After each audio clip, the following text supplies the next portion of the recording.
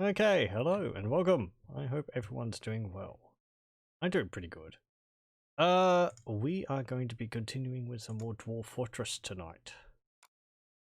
Let me just get it started here.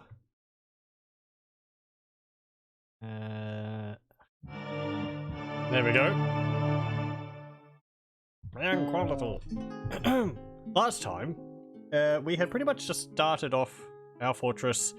I think it was just a little bit past the first year. We're into the second year now. We had opened up the caverns because we had a child go into a fey mood and she was requesting some silk, so we had to open up the caverns, quickly go down, get some of the spider silk, cave spider silk down there, and turn that into silk cloth. It all turned out all right in the end. She made a lovely mini forge, but we now have the caverns opened up, which is attracting monster hunters, which is fine. If they can keep the monsters off my back, that will be good. We don't have a military, however. What else? We have our farms up over here.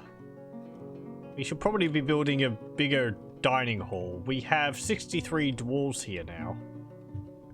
And, I don't think my bedrooms are, enough, because I think they expanded again when I was building them last. Let's see.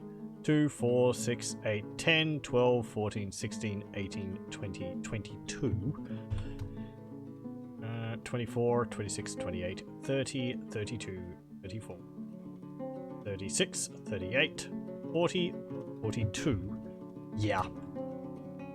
Yes, I said last time, every time you build a bunch of beds, or a bunch of bedrooms, it just seems to attract more dwarves. And you can never get on top of it until you have 200 dwarves, which is the max. At least the default max. I don't know whether you can actually increase the number of dwarves past 200. You can reduce it. If you want to have a fortress that's only, say, 50, or even, like, 7 dwarves max, you could do that. It only prevents dwarves from migrating to your fortress, though, above the cap you set. I don't think it prevents the cap from increasing if dwarves at your fortress already have children. So, it will still probably eventually go past that number just through babies being born. But you won't get the migrant waves constantly increasing your population. Okay, let's expand this out here. Just make another lot of bedrooms along here.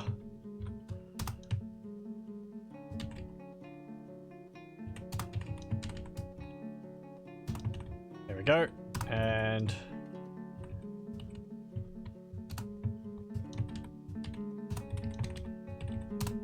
like that. And then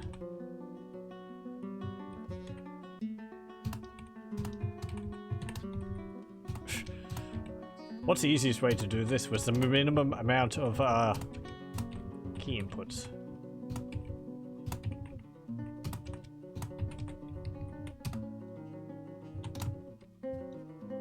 Hold on. Not yet. Some would say it's making a macro. Or recording the inputs. Fair, I say. I can't be bothered.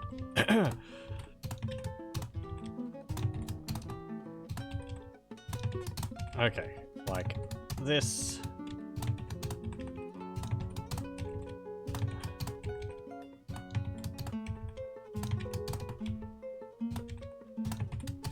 Good, and then we do that. There we go. Okay. What was the number of beds which I was up to? It was like 46, wasn't it?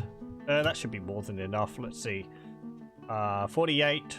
50, 52, 54, 56, 58, 60, 62, 64, 66. Yep. Sure. We also built our Farmers Guild over here, which I believe is all set up and active. Yeah, there's some dwarves in there. The Floor of Seeds. There's a name we ended up coming up with that. I was also going, yeah, we were just beginning to smooth it out. Make it a bit nicer in there. We also have some gold. We could start forging into gold bars. Do we have any I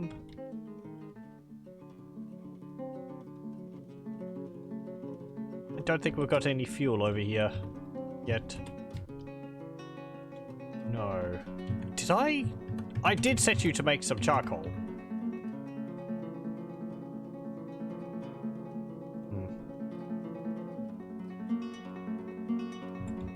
Is this off rock? Yeah, it is. It's just got lignite and bituminous coal. So that's full of lignite, is it? Yes, it is. Okay. I was confused there, because lignite looks the same as the normal rocks, whereas I expected it to look kind of like that, but apparently not. Hello! Welcome, welcome. I hope everything's going well with you.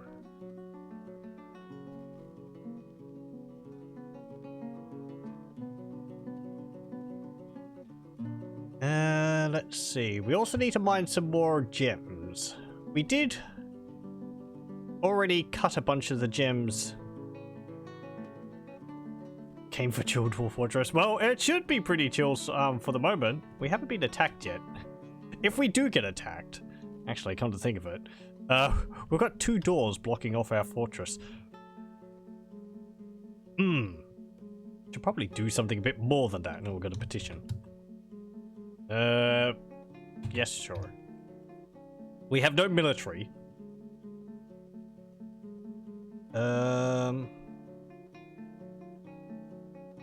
Let me think. Honestly, I'll probably just end up cheesing it. And we'll just, like, block it up with a wall or something. Like this. That's easy. Monsters can't break down constructed walls, so it's an easy way to keep things out. If you can place a wall before they get to you. Some dwarves might get stuck outside. If they spawn over here, though, and then run to the entrance, then it's kind of a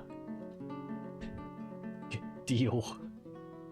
And if they come from below, well.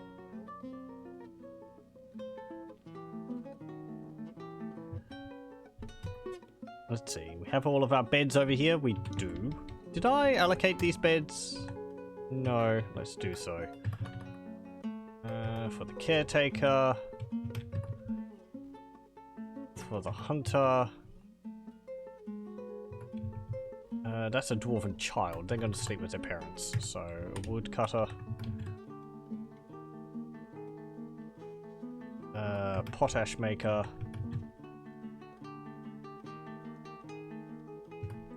Fisher dwarf. Fish cleaner. Blacksmith. Ooh, we've actually got a blacksmith now? I thought we just had a legendary armor smith.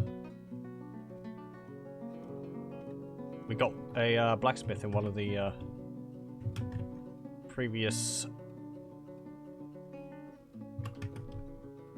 migrant waves. Rather nice. We might also make them a smelter, just so that we can have 2 people working on smelting ores and also the fuel. In case one of them ends up deciding to have something to eat and it doesn't just all grind to a halt. Unless they both go for something to eat at the same time. But we've also got a weaponsmith. Cool. And apparently another miner.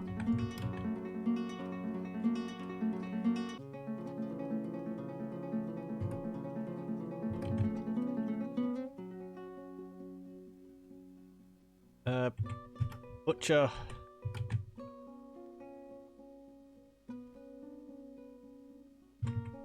The brewer is married with them, so a cheesemaker. Gem cutter. There we go. And then we just wait for these ones to be mined out. Oh, another petition. Tista Grand Divine. Bit of a grandiose name. Grand Divine. Wishes to reside in Bronzelash. Yeah, sure. Just accept all of them. I don't know whether you need to make beds for them. They kind of...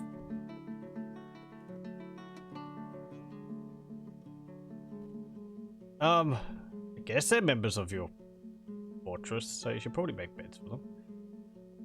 We've actually got quite a few people whose names are flashing. That means that they're really skilled at what they're doing. I think to the point of being a legendary? You're a legendary tracker, human hammerman. Yeah, you're a proficient hammerman.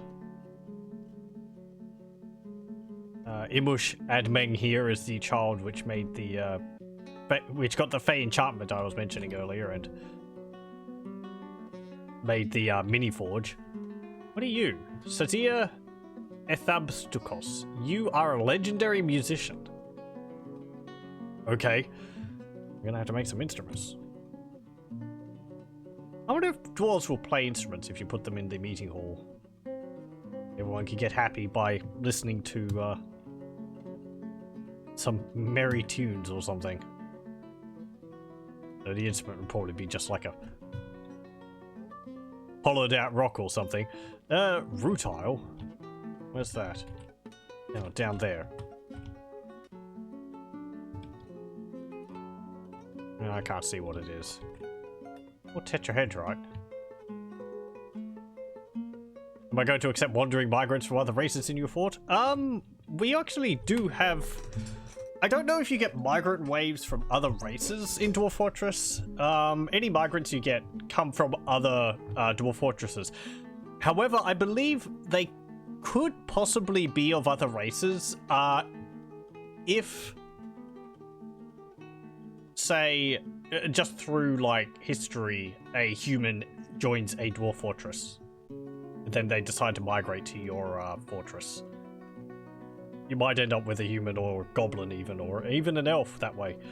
We actually have a human hammerman down there who petitioned to join us, as well as a spearman.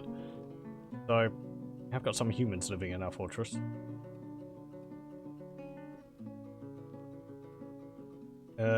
Not ways, but they can be wanderers that join you. For example, kobold bars appear there as a visitor. They can apply for citizenship.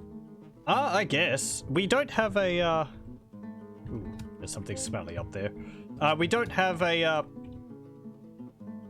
tavern, which I think you need to be able to get, miasmas, not miasmas, petitions like that. I guess this was just a decaying troglodyte. So, I don't know whether we'll build a tavern right now. Last I remember, people are being interrupted by troglodytes. There was a bit of a bug with the taverns. Let me just look that up. Something about the tavern keepers...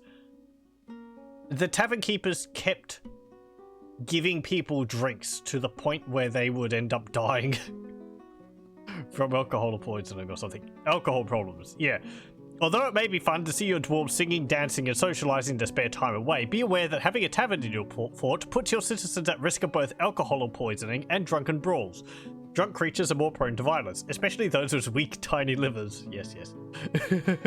Although these outbursts usually begin as a simple fistfight between peasants or children, they can escalate quickly. Friends and family or combatants will often join in, leading to huge, undesirable melees, which may include highly trained military dwarves. Even if soldiers don't get involved, lucky punches and scratches can deal permanent wounds or even kill. Worst of all, unless you have a massive hospital with multiple doctors, you can find yourself suddenly buried under dozens of lightly injured dwarves watching their wounds grow fatally infected as they wait for a preliminary diagnosis. There's not much you can do to control this event, besides getting a medical industry up and running before opening the tavern doors, or outright not assigning any alcohol to your tavern. But hey, if you want, you can simply think of it as an exciting source of hands-on experience for your med team. I thought there was something like the tavern keeper would constantly go around filling everyone's mugs up and keep doing it, or like forcing them to drink. So even if they pass out, and just go up and start pouring drink on them and forcing them to drink while they're passed out or something like that.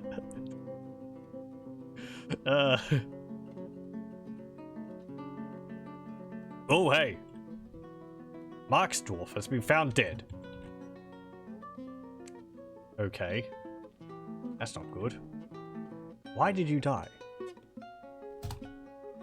Oh, you were killed by a troglodyte.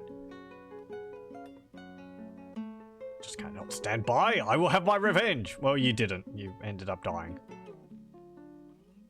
The troglodyte punches the Mark's dwarf in the head with his right hand. Just apparently over and over and over and over and over and over and over and over and over again. The cat leather hood didn't do any good. It's like punch, punch, punch. Oh, poor dwarf. Oh well. That was one of the dwarves which we had, I think, join our fortress. Oh.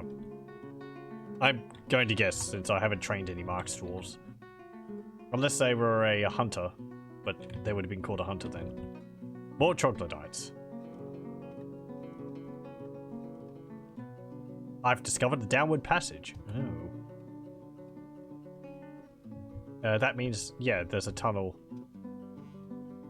Oh, I need to get rid of that. Down into the lower sections of... Well, into the next layer of the caverns. Where is it, actually? Hold on. Over here, is it?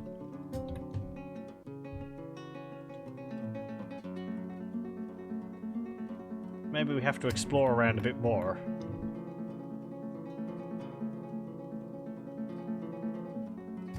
There can be tunnels connecting the different levels of the caverns together. I don't think there's always going to be that.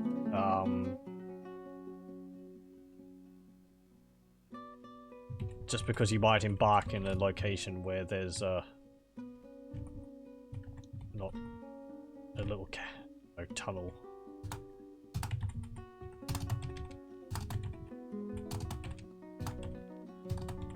Okay, this. Now, personally, I have no real issues with having non-dwarves join our fortress. Anyone who wishes to is welcome in my book. As long as they don't cause trouble. We have a plot filled up with plump helmets over there. And I need to get some more beds made. 20 more beds. Okay.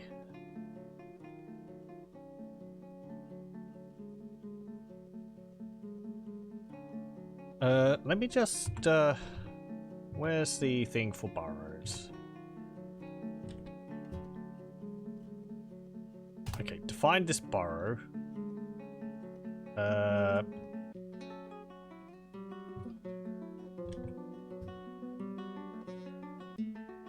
currently erasing. What I want to do is just remove this bit here. So that if I activate the burrow, people won't be like running as much outside.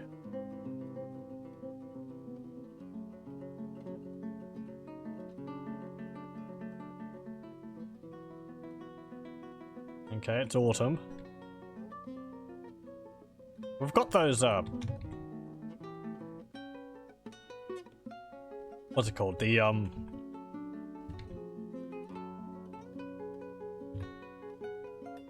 looms and all that in the main hall still. But we're just mining out the other storage areas, so we'll be able to move them up there.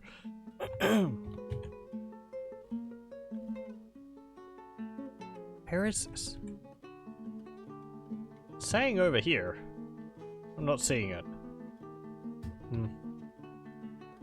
Oh. Dead troglodytes scatter the halls. There's nothing else nastier down there. Nope, there's that troglodyte which killed the guy. Edasunib. Troglodyte. Doctrine rag. The body is cut open, his left false ribs are fractured. A savage, man-like cave creature.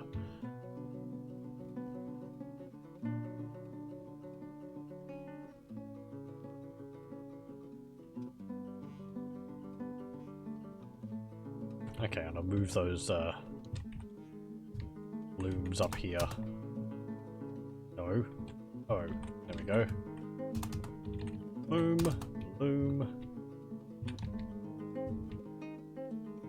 And we'll just remove these from down here.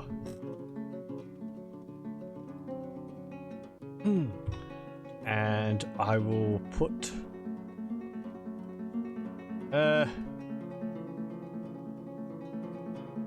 cloth? I guess it's under? Let me see. Because I want like thread in here.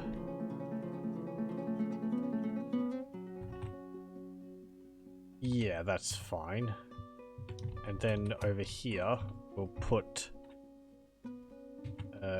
cloth, and this will be like finished cloths. There we go. Also, no bins. No bins. Just check that these all don't have bins being accepted in them. Or at least, you know, not 55 bins.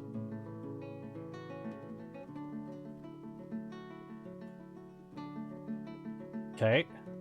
I should make some more barrels also. Wooden barrels. Make 30 of them.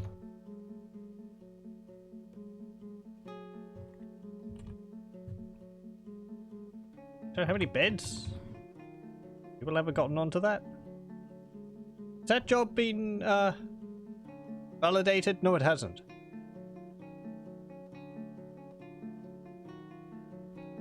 I do have a manager, don't I? Yeah.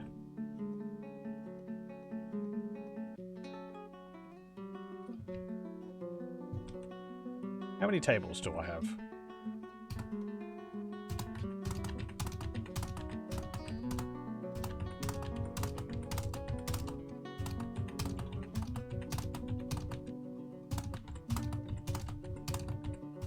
There we go.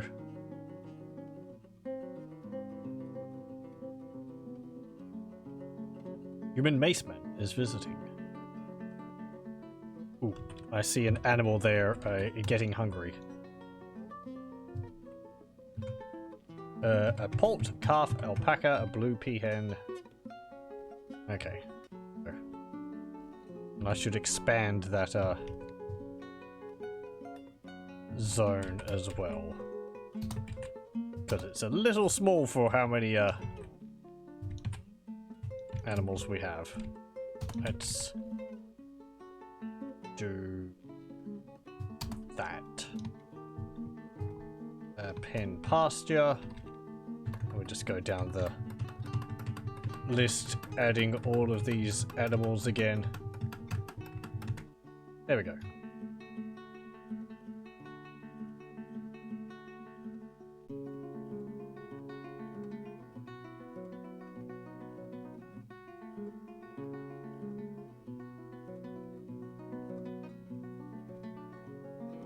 Dwarves, I wish you wouldn't go straight to the still to get a drink. I wish you'd wait for the barrel to get to the drink stockpile.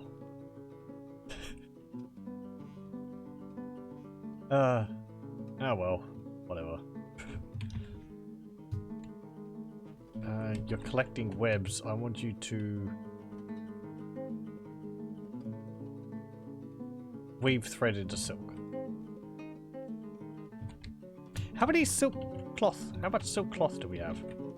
No, not kitchen. Stocks. Cloth. There we go. Apparently got like 22? Yeah, 14k spider silk cloth. Actually, make some bags or something out of that. Add new silk. Construct silk bags. We'll make 5 of them.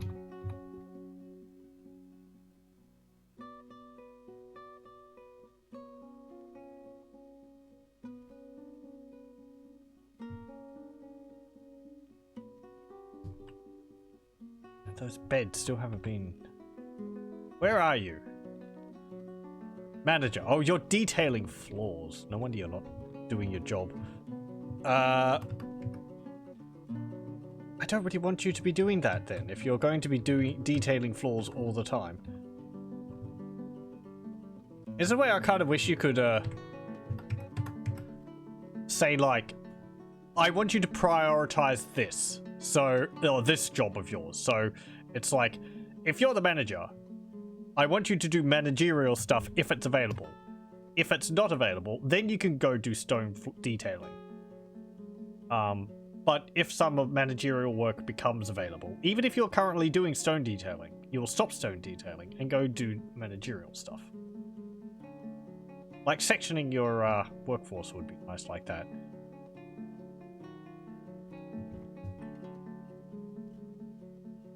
Sure. I think some jobs have priority over others, but I'm not too sure. Where what? Horrified, horrified. Interrupted by a troglodyte. Oh, a troglodyte's come up through the tunnels. Oh, now everyone's horrified because there's a corpse in the hallway. Sigh. Right. We're going to have to find a spot to put that, aren't we?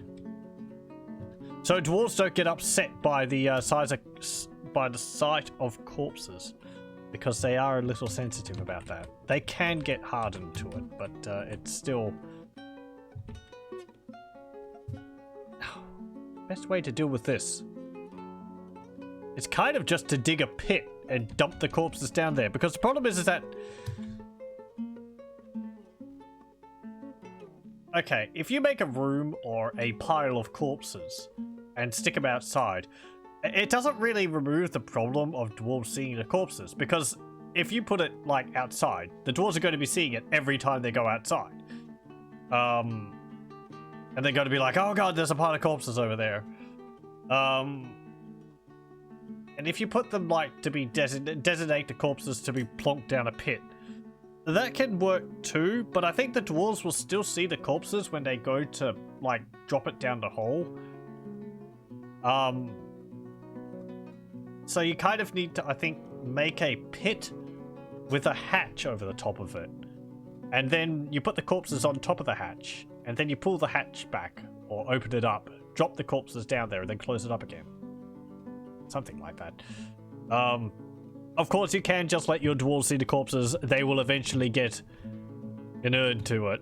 They'll just be like, oh. Okay. They'll get used to it. But, I think maybe I'll just stick them over here. This isn't a perfect solution either, because it's going to be a room full of corpses. People who put the corpses in there are going to get horrified. But at least it's away from our base, and the miasma won't sicken people. Oh, an outpost liaison. And a caravan. We actually have some tradable goods now.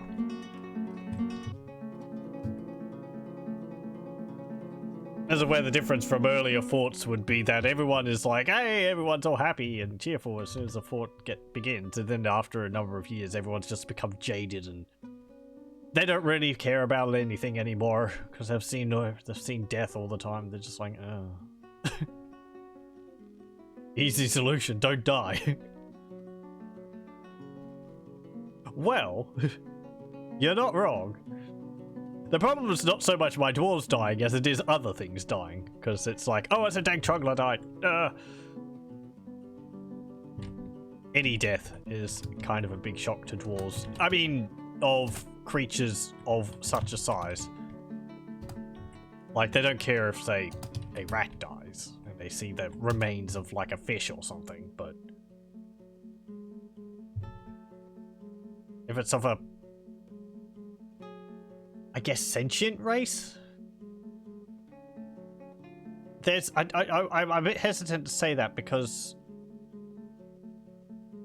no, I think it is for sentient races. I'm getting confused. There's a setting in the game called like Can Learn or something, which I think is used to determine which races you can play as. Anyway, hey, let the miasma pit begin. There's also a dead dwarf in there. Yeah, we should make a coffin for them. Otherwise, we're going to get haunted by spooky ghosts. Let's discuss your situation. There's much to share, okay? What do we want? Also welcome. Don't really know. Kind of asked for a bunch of stuff. Garden vegetables. Here are some grapes. Some raspberries. I like raspberries. Tomatillos. What's a tomatillo? I feel like I should know. It's probably a type of tomato. Tomatillo. Also known as a Mexican husk tomato, is a plant of the nightshade family bearing small, spherical, and green or green-purple fruit of the same name. Tomatillos originated in Mexico and were cultivated in the pre-Columbian era. A staple of Mexican cuisine, they are eaten raw or cooked in a variety of dishes, particularly salsa verde. Oh, okay. Salsa verde is a type of spicy green sauce in Mexican cuisine based on tomatillo and green chili peppers. Kinda looks more like a green clover garlic to me. They're a lot denser. They're not, it seems, they're not really like a red tomato from what I'm seeing. Interesting. Okay. Many more. Hang on. No. Strawberries, blackberries, blueberries, spinach leaves, peppers, onions. Well, we've got onions. Squashes, horned melons. Capers. It's a diet of capers. Elephant head amaranth leaf. Passion fruits. There we go. Done. Yep. We want a bunch of fruit. What do you want? Amulets. Large gems. Well, we can deal with that. Sheet. Okay. That's like paper sheets, I think. Windows. Goblets. Okay. Tanned hides, tools, battle axes, ammunition, headwear, and plants. Okay, well, we can make goblets. Do you want golden goblets? I think we could accommodate you on that. Let's see. Smelter. Make coke from lignite. Fire up the forges.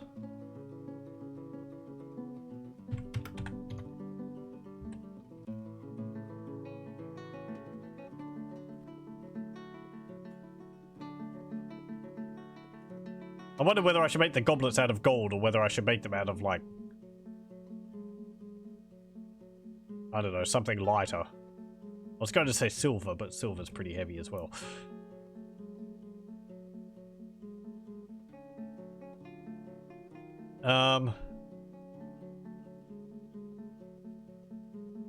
Oh, hang on. Are they putting all the cloth down here?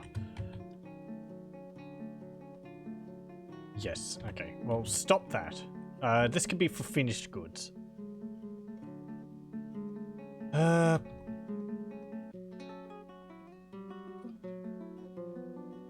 Turn off bars blocks there, because I don't want the coke and coal going into there, charcoal going into there. That's fine.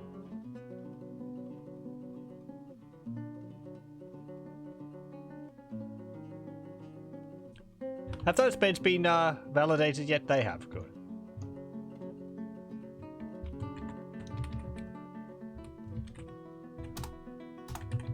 Like that. 3 beds.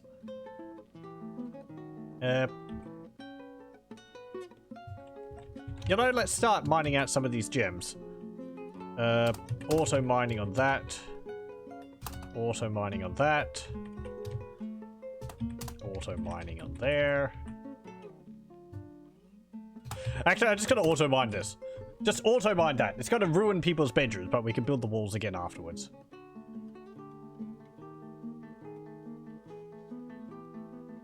And I don't want anyone to have like a fancy bedroom once we start smoothing it out. They'll be like, oh, I've got a gem in the wall. Nope.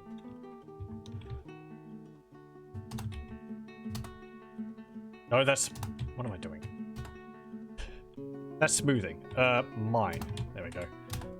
To turn auto mining on, it's down here. You press A. It goes from designating all gems, designating gems only, designating all, which is how it usually is, so that you can mine out rock. But yeah, you can make it to auto mine ores and gems. I think designating ore gems means that it will only mine out ore and gems which are visible.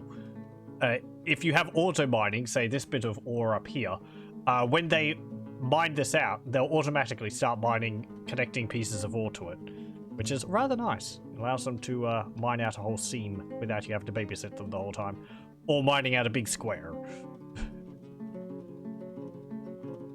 Sorry, but as you see here, they were mining gold.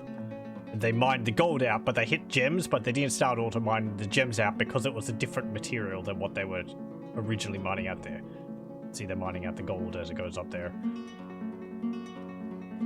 I'm gonna have all these snaky tunnels everywhere. Oh well.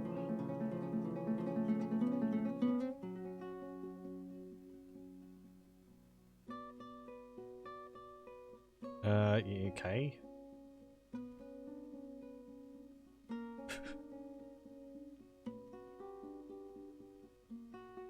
That is a long seam of gold.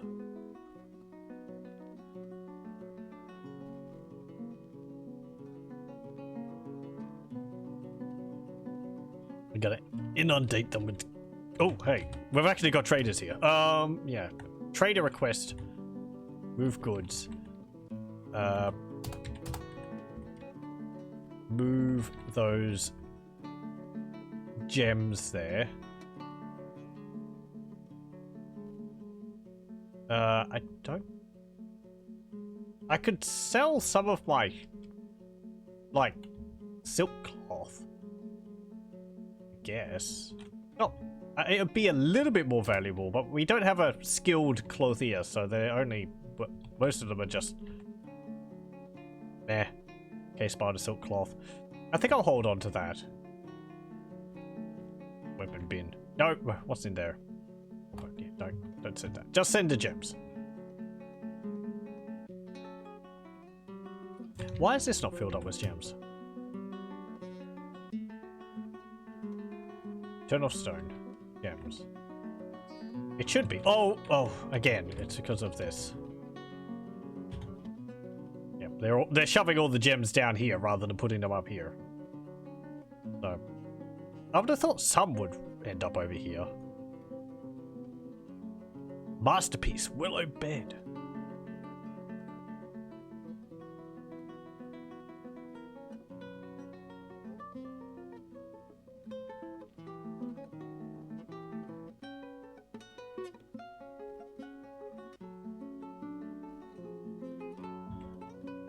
Nope. Look at my lovely bedrooms. Oh. Not so nice now. Oh well. Uh-oh, someone's taken by a mood. A fey mood? Okay, you're going to go take over a Craft Dwarf's workshop?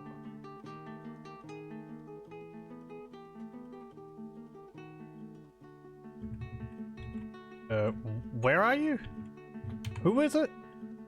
Vutok Oloned Tool.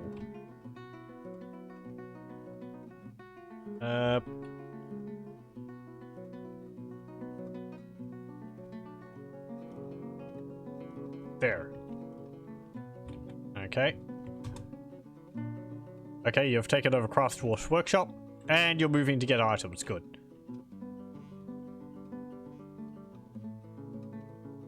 He runs over to the... Okay, refuse pile. Probably picks up a shell.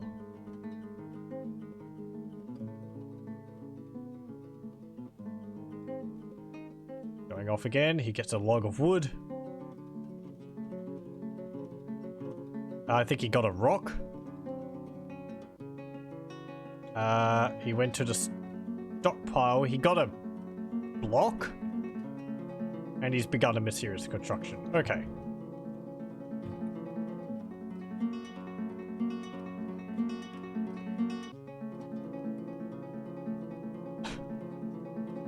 The bedrooms.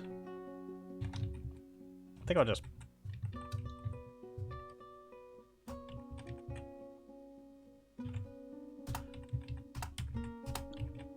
find out more rooms along here now. Try and get a semblance of order back to this.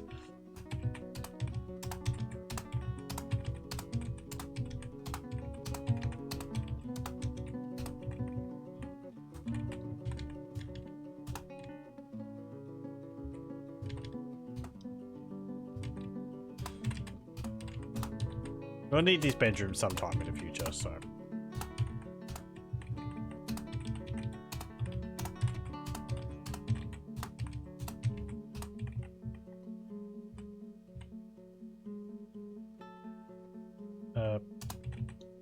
yeah.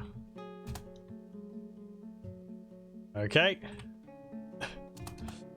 Kind of works.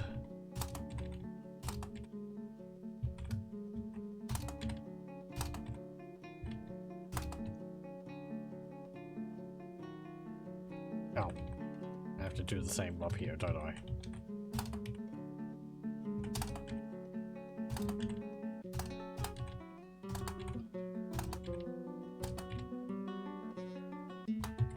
Like that. And there we go.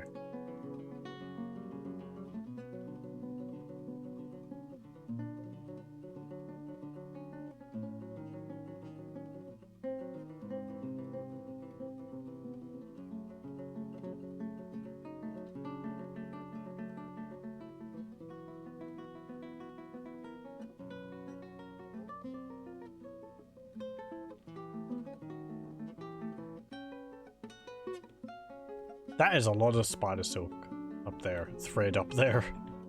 Oh, geez. We got a cave crocodile problem.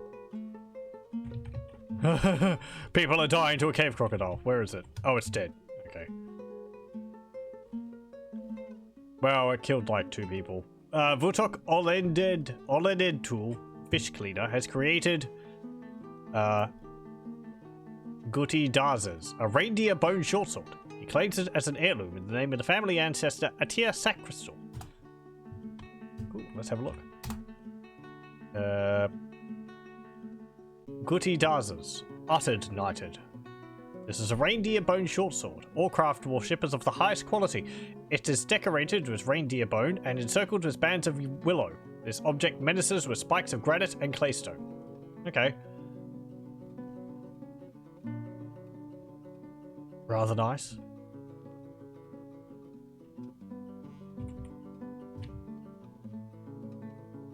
Oh. The merchants have all started leaving. Well, whatever.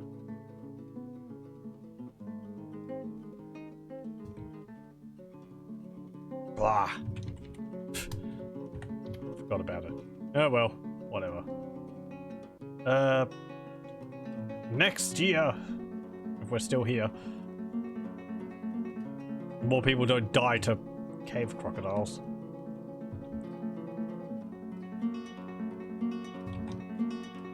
Okay, let's also do a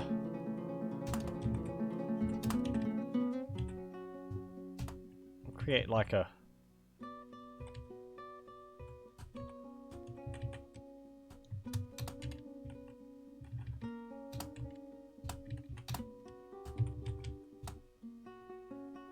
nice mausoleum area here or something.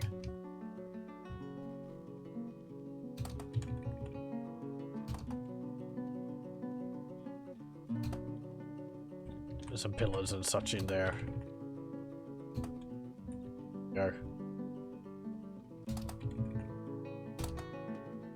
There, something like that.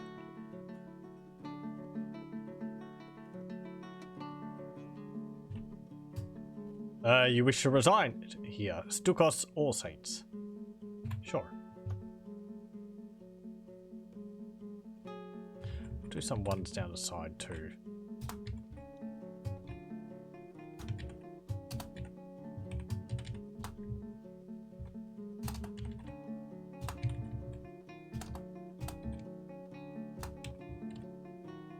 Yep, there we go.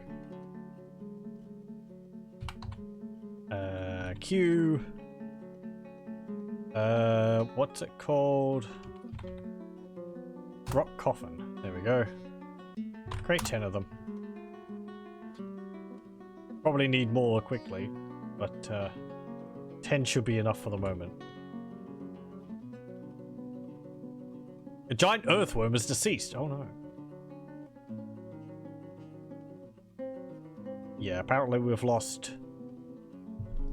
3 members of the fortress so far? A Mark's Dwarf, a farmer, and Rizmal, Shibimek, a human maceman.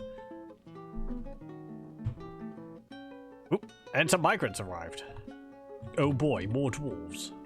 Just finishing up our new sleeping area.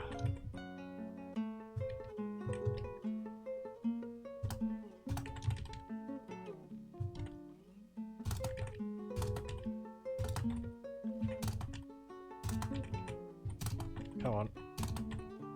Oh, there we go. Gonna have to create another floor now. Going up to 74, it looks like. 76. 77.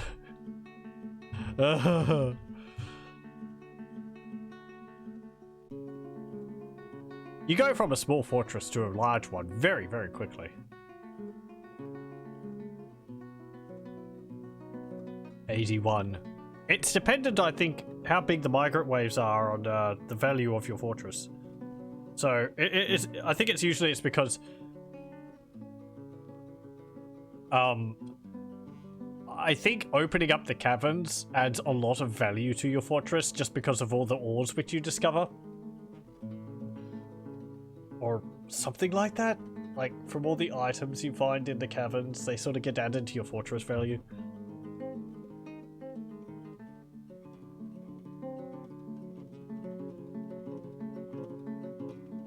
We've also been mining gold, so that's going to be added to our overall value as well.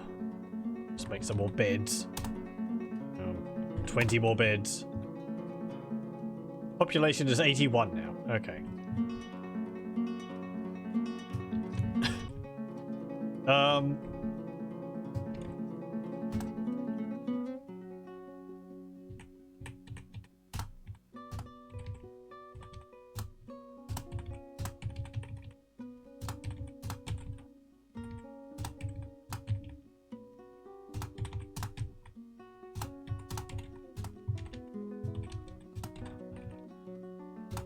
Okay, like that, and there. Divide them up the center. Actually, I should have done this first.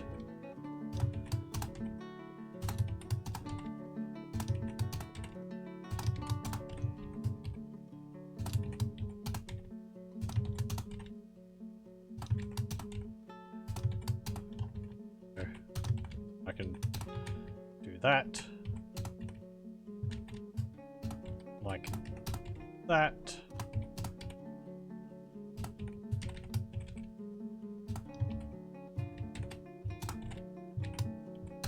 There.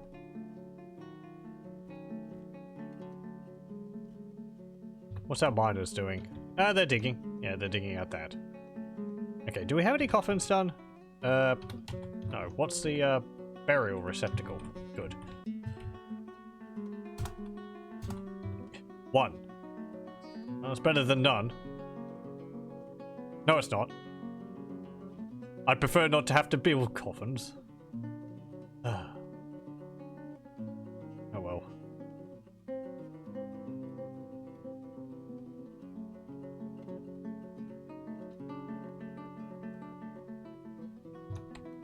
But it's kind of inevitable in Dwarf Fortress.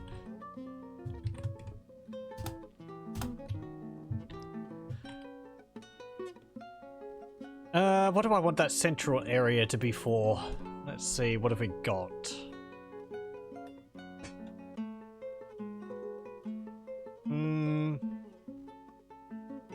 So I've got silk there. That could be pretty much our clothing system. We've got wood there. We've got stone there. We've got our to-be smelting industry up there. We're gonna have to buy another anvil because we don't have a ore to make an anvil out of. I think we don't have iron.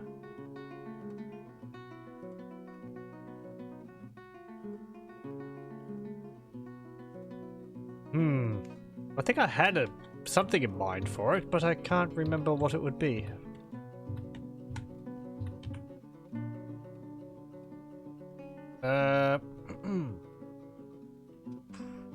Leather workers? No, we've got a leather workshop down there. Down here.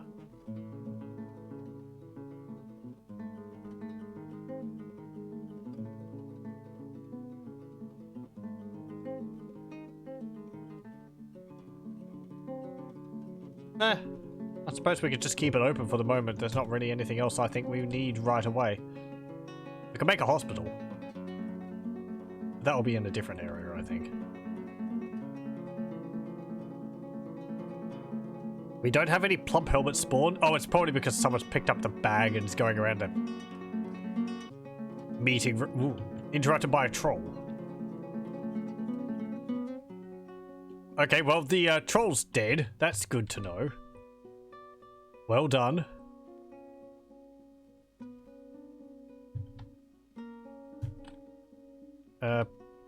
Another burial receptacle. Okay, and no, don't make tomb. Use for burial. Don't allow pets. Burial, don't allow. No. Some will have to go and carry their corpse into the tomb. And that's another problem also, because they're going to be carrying the corpse through the halls, so everyone's going to see it. Maybe if you have cloth, they should get like a cloth and put it over it, so people don't see it.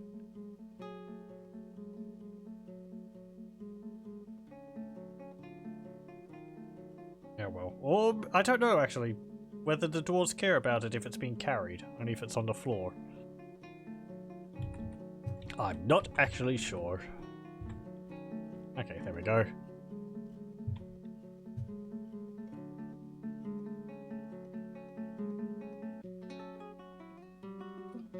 What do you need? Cancels render fat. Needs 150 unrotten fat rend material producing glob. Okay. Oh, yeah, that's fine. Whatever. It's just because you're rendering fat and then you're just like, oh, I ran out. I don't know why it says it needs 150 of it. Oh no, I think it's because globs come in large stacks of it or something. Maybe?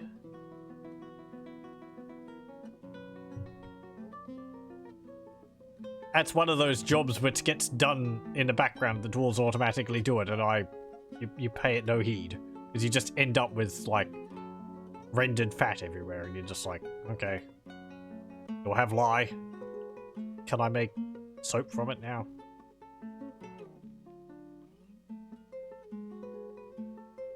I was actually making soap in one of my previous fortresses. That's nice, because it means that your dwarves don't get infections. Because they clean their wounds. Along with a bucket of water.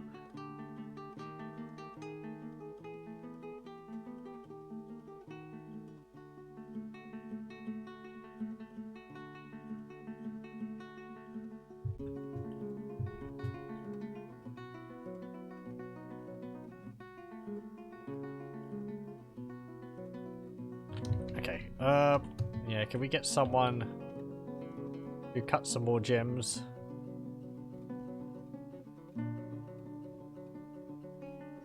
Got some moonstones, red zircon, tourmaline, emeralds.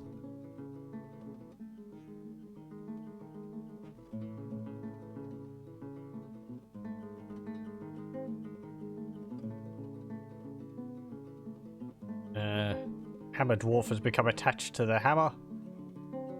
We've struck cobaltite, we've struck rock crystal. Is this because we're discovering new sections of the caverns? Yes. So where was that tunnel? There it is. Okay, you can see, where is it? Where is it? There it is. This here is the tunnel leading into the lower caverns. It actually looks like... Oh no, people haven't gone down there. Well, that's good to know. What is this? Microcline, quartzite, cobaltite, clear tourmaline, garnierite, gabbro. Yeah, okay. Tetrahedrite, rubicel. I'm guessing a pronunciation for so many of these things.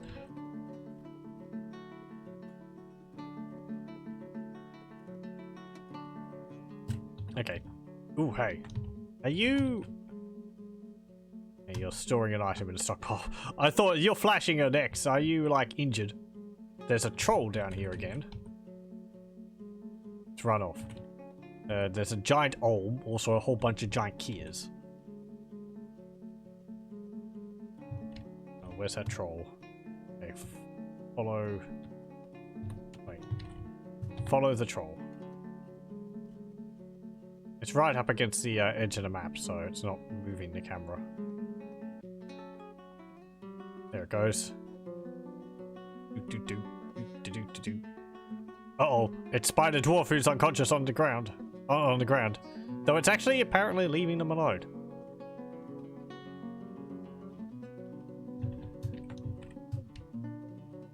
What's your problem? I'm curious. Tell me everything.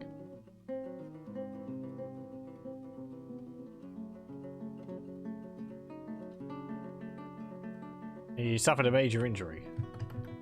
His right lower leg's injured. Okay. I guess since we don't have a hospital, no one's come to pick you up. Though it seems like maybe they're carrying a bucket to you. A bucket to you to give you some water. Okay, fine. Let's make a hospital.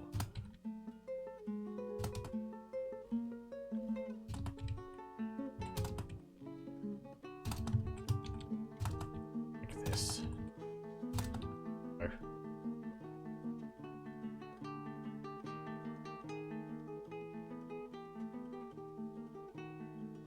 I'm gonna need some mechanisms and possibly rope for a traction bench. You've got to construct those. What else will we need? We've got a lot of thread, so we'll be able to have sutures. That will be nice. I'm going to need some more buckets.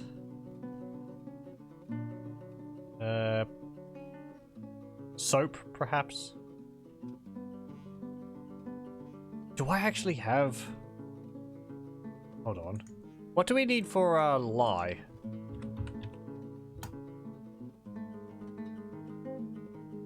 It can also be used to make potash. Lye is made... Oh yeah, it requires 1 bar of ash and an empty bucket. Okay. I thought we needed to, like, find a material on the ground, but no. We just need to make ash from a wood burner's... It's got a picture of a bowl of lye on the wiki and it says pre-soap on it. Potash is used for fertilizing fields.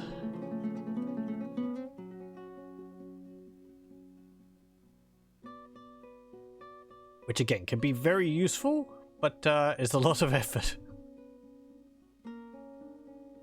And your skilled farmers are able to grow a lot of a plant anyway.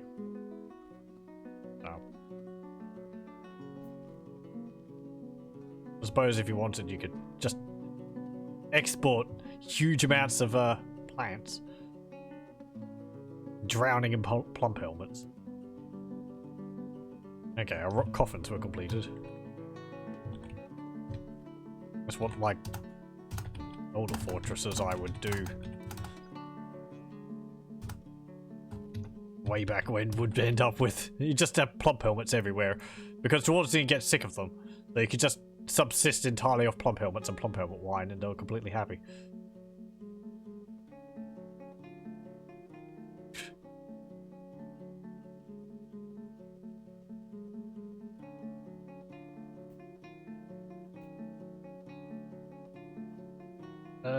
Let's see. Okay, so hospital. We'll actually need some beds for that. Make 6 beds. We've got enough wood? Yeah, we do. Actually, I've got a huge amount of beds in there. We could just take some from here. Bed, bed, bed, bed, bed. No, no. Stop. Bed. There we go.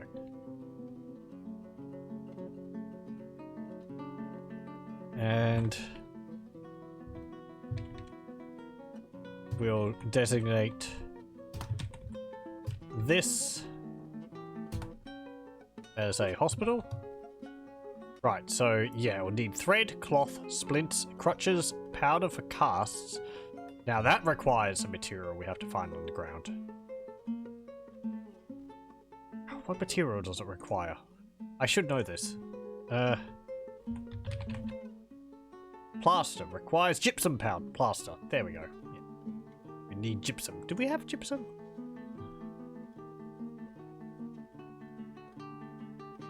Thread, as I said, is fine. We've got heaps of that. We'll need some tables in there as well, apparently.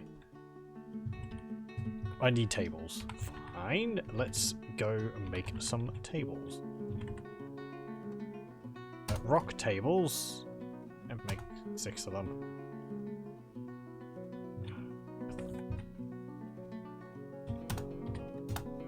And make some chairs as well. Okay, since there's a hospital, if someone's injured, they should go and stick them in there anyway. Do we actually have a medical dwarf? Who's skilled? No one is skilled at being a medical dwarf. Well, fun times. How about the butcher? The gilder? Who would know about anatomy? I mean, no one, because I don't have relevant skills. It's just kind of a... Just randomly select someone.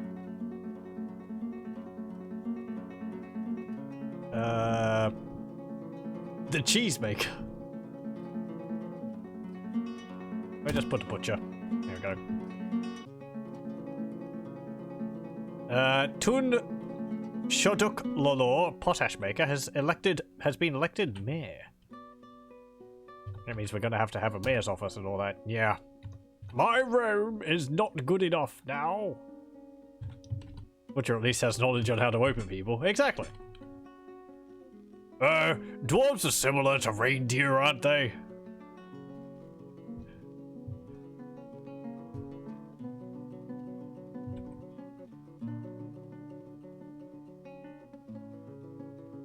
Like, the beard of a dwarf could be considered the antlers of a reindeer.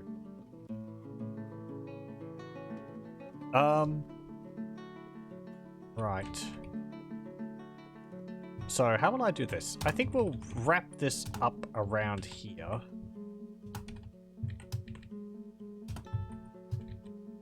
And we'll make a kind of a...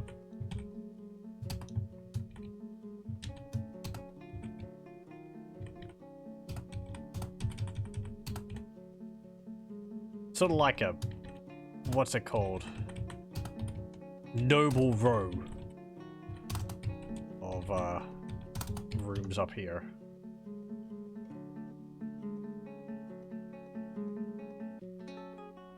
what's something good you recommend watching? Exports. Safety instructions. These are... Oh, I don't know what that is.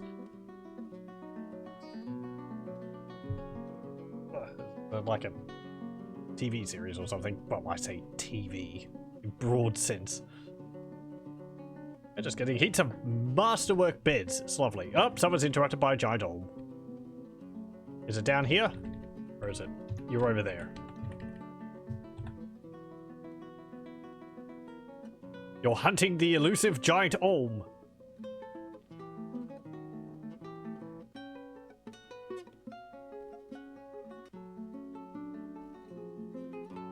Apparently you've finished. I think you've hunted it. Short movies are about Father Christmas. Oh, okay. Huh.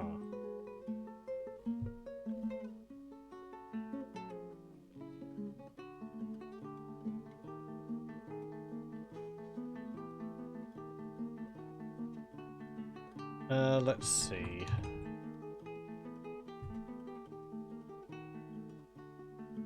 No, we're mining into orthoclase up here.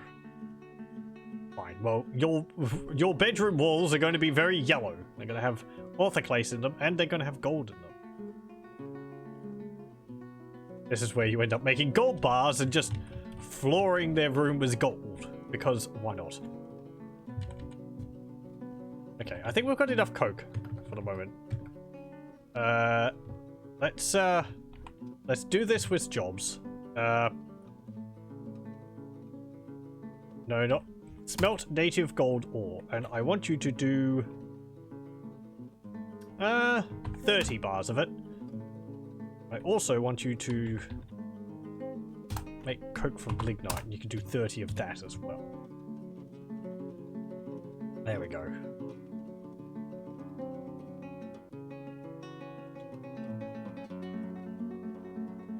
I should also do this. Where is it? Ash. Make ash. We'll create 20 ash. And then we'll make lye. We'll make 20 of that. I don't know the proportion of ash to lye. I'm guessing it's 1-to-1. Most things are. Or, I say that. Most of the things I think in Dwarf Fortress are 1-to-1. Some things like smelting are like 2-to-1. Stray horse has been stung by a bumblebee. Oh no, how terrible. That's because it's like 2-to-1. Those. Do we have someone else? Yeah, buffalo calves. Baby llama and a ram. You can go in there as well.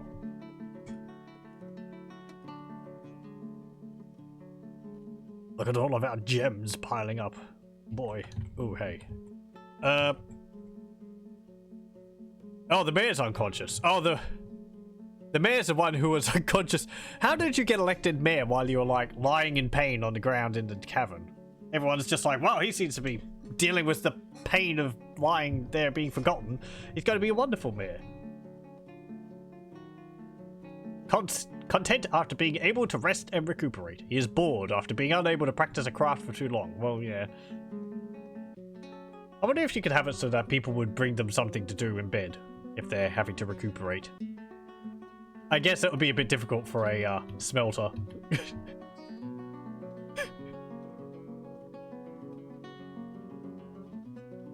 I was thinking more like a gem cutter or something, but they need their they need their work desk with all the tools and all that on it, I guess.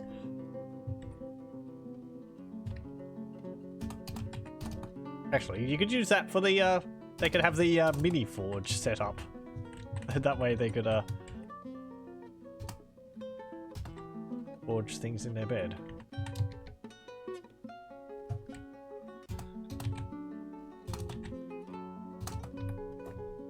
Maybe that's what libraries are for?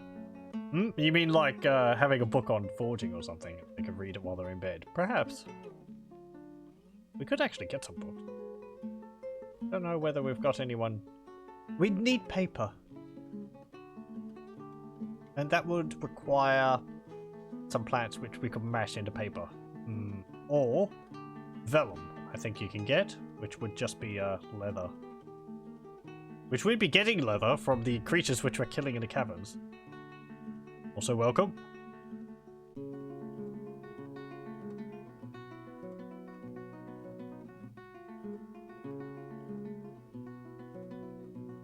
You're dragging that cave crocodile into the butchers. There we go. And a giant olm. Can you eat giant olms? Yes, so. 25 idlers. You suppose there are around 100 dwarves total? Yeah, just under. We're at 81 population currently. So. People are being rather busy. So.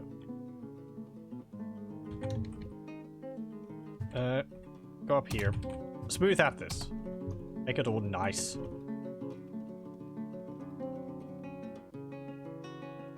No ammunition. Ah, fine, whatever. Uh-oh, giant cave toad.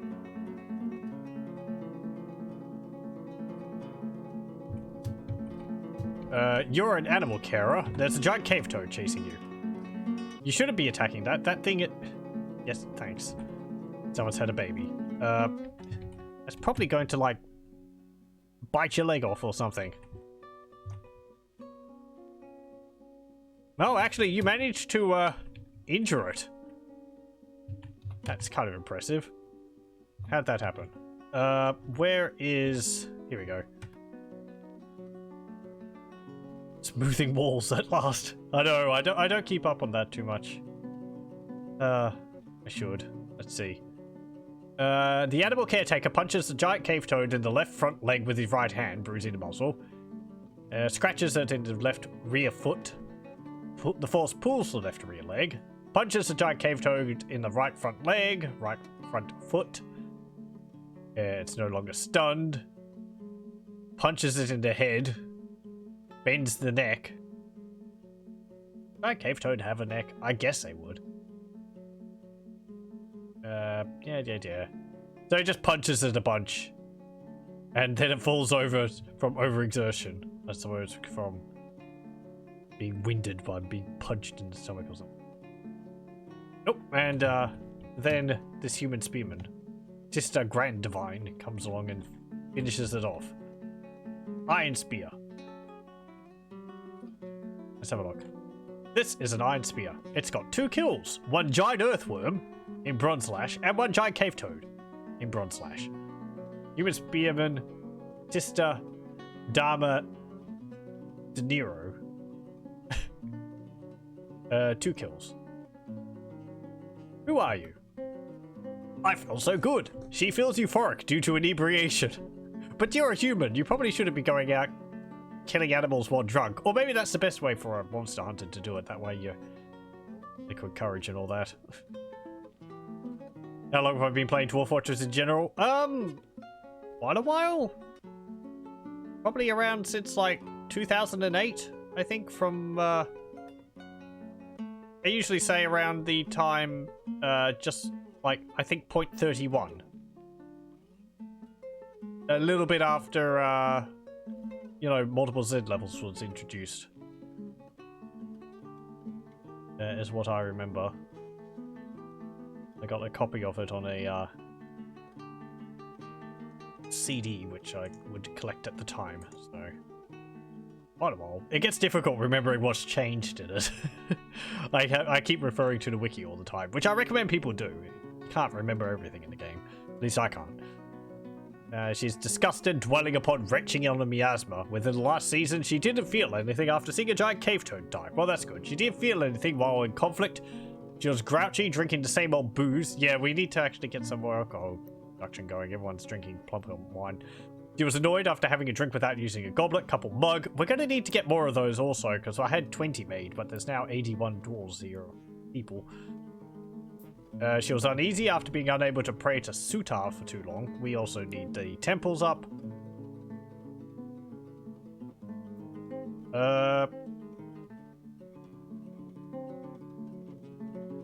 She is not distracted after a lack of troublemaking. She is not distracted after being unable to argue. She is unfettered after seeing animals.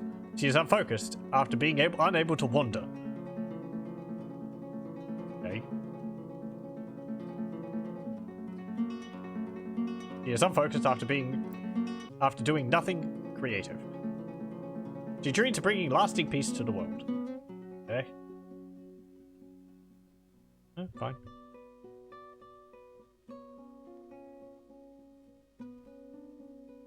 I should probably create like a base temple for people. Just so that they can pray.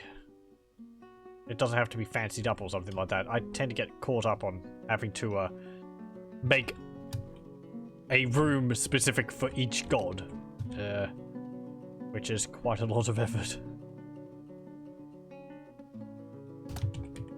I guess we'll make a temple here or something. Like that. I also should have some more dwarves which are smoothers. I prefer not the farmers. Winemaker. As a miner. Weaponsmith.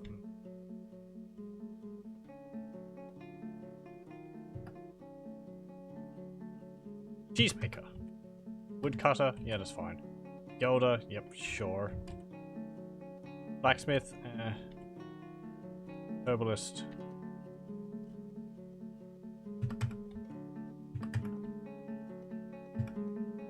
No, not you. There we go. Okay, just a bunch of other people to hurry along the smoothing of floors out. There we go. People are tromping all over. Interrupted by another troglodyte. What the heck's going on down here? I'm sorry? Why is everyone wandering around down here? Oh, they're like collecting all the individual teeth of the troglodyte or something.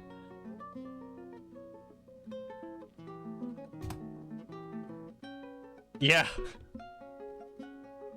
Troglodyte tries to remove the goose leather hood. Troglodyte gains possession of the goose leather hood. Grabs the hammer dwarf by the head with the right hand. Punches the hammer dwarf in the head with the right hand, but the attack is deflected by the hammer dwarf's bronze helm. Horse twists the neck, tearing apart the skin and bruising the fat. Troglodyte gouges the hammer dwarf's right cheek with the troglodyte's right hand, and the skull splits in gore. Oh geez, that doesn't sound good. Tendon in the skull. A troglodyte gouges the hammer dwarf's right eye, upper lip, left eye, lower lip, right eye. Good gravy. And the troglodyte collapses and falls to the ground from overexertion. Did you actually like kill them or something?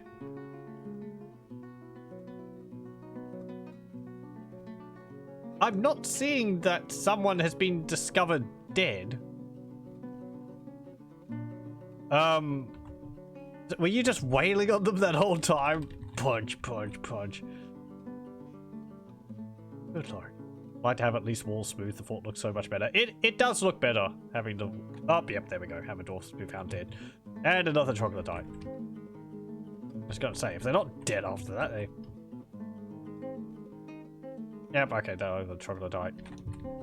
Oh, there's just troglodytes everywhere. Get out of here. Whatever. Look, what's this? Okay, another go. Yeah, I like smoothing out the floors for the fortress. I think it also helps with cleaning or something like that.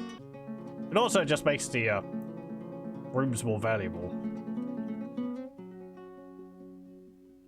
Then you can engrave them and have images all over the floor. I tend to really only do it for rooms which need it. Main halls don't get smooth.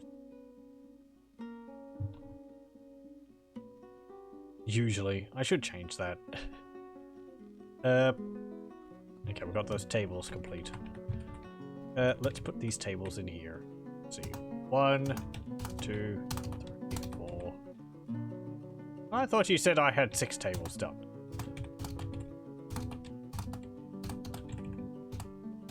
There we go.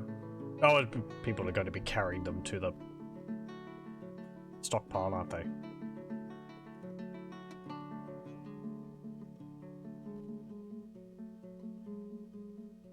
Are you like visiting them or something? Attend meeting. Oh! You want to attend a meeting with the mayor, but the mayor's currently recuperating and he's asleep. So you're just standing there next to them.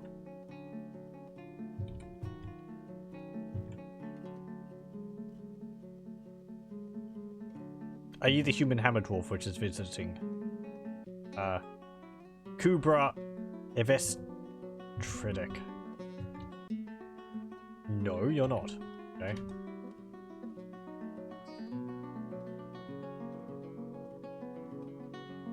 Jeez, we must be getting so much meat from all these, like, cave crocodiles and all that we're killing.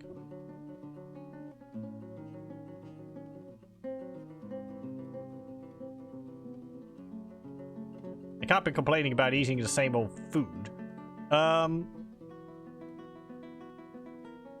So, there's like one fruit tree around here. It's a shame that you can't cultivate more fruit trees, I don't think. That's a colony of ants, that's not a tree. There's a cherry tree. Ginkgo. Oak. Ginkgo. Ash. Oak. Oak. Oak. Ash. Plywood. Ginkgo. Cherry tree. Okay. There's like a few around. Not that many, really.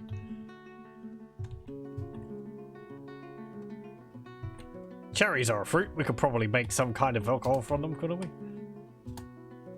There we go. And where was the other one? Was it this one here? Yes.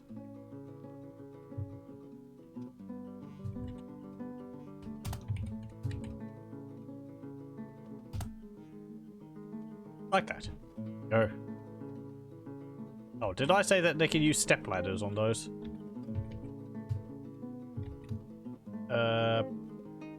Pick berries, pull tubers. I guess I could allocate an area for the picking of tubers.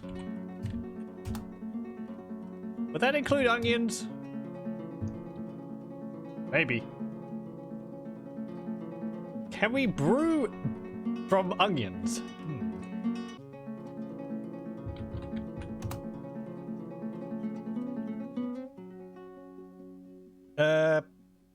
No, it's just edible.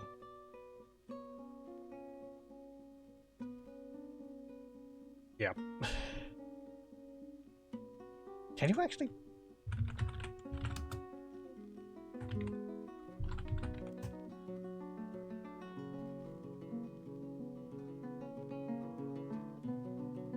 No, I'm looking at. No, I looked up and everything's just like beer battered onions. It's not like. Well, apparently there's onion wine.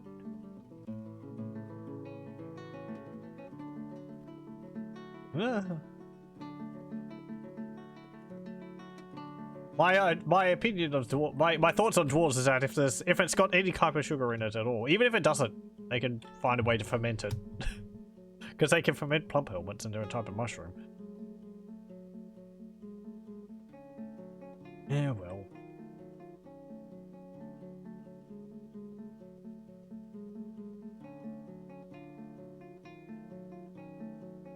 Or a type of fungus.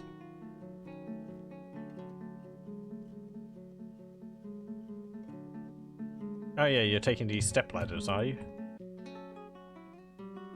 I think that's what you're holding there. You're holding a whipvine. Leeks turnip plants. Oh no, you're carrying like a variety of different plants. Nice. Well. Let's see. Brew drinks from fruit. Just perpetually, please. Hang on. Yep. Okay.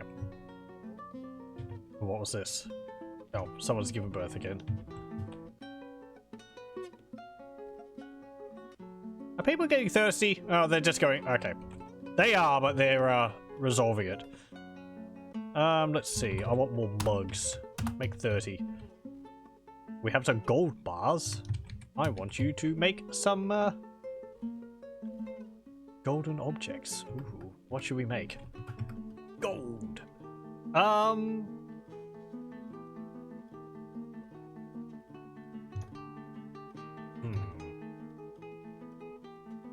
Other objects. Gold. Forge some gold goblets. Yeah, let's make 10 of them. There we go.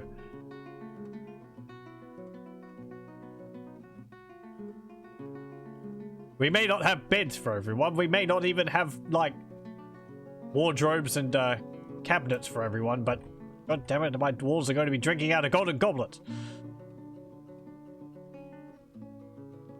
Priorities.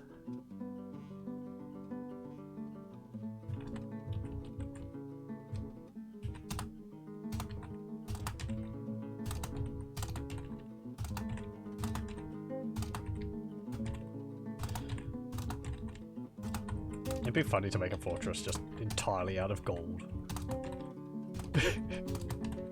The floors are made of gold, the doors are made of gold, the walls are lined with it. We eat off of it, and the tables are made from it, and everything's made of gold. Okay.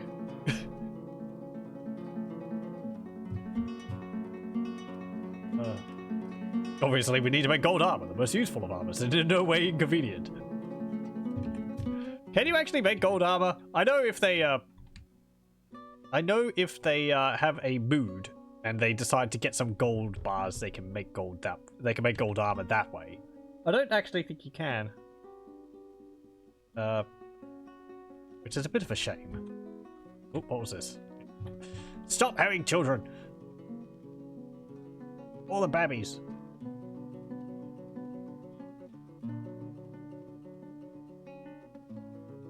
I mean, Minecraft told me that gold armor is pretty good. Is it? I don't know. I tend to just build stuff in Minecraft. I don't go into the whole survival mode thing. Iron's about as much as I get when I bother with it.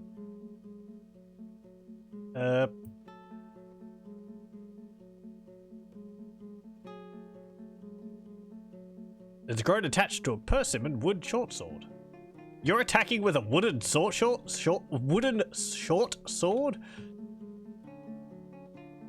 Where are you? You were over there.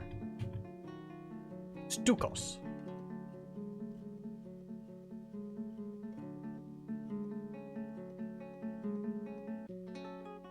Monster Slayer. Persimmon wood short sword. You must have gotten it from the elves. You got 2 kills with it. One giant male and female giant owl. Well done. I am sorry that I laughed at you for your choice of weapon. Wooden sword sword. Yes. It's difficult to say. Short sword.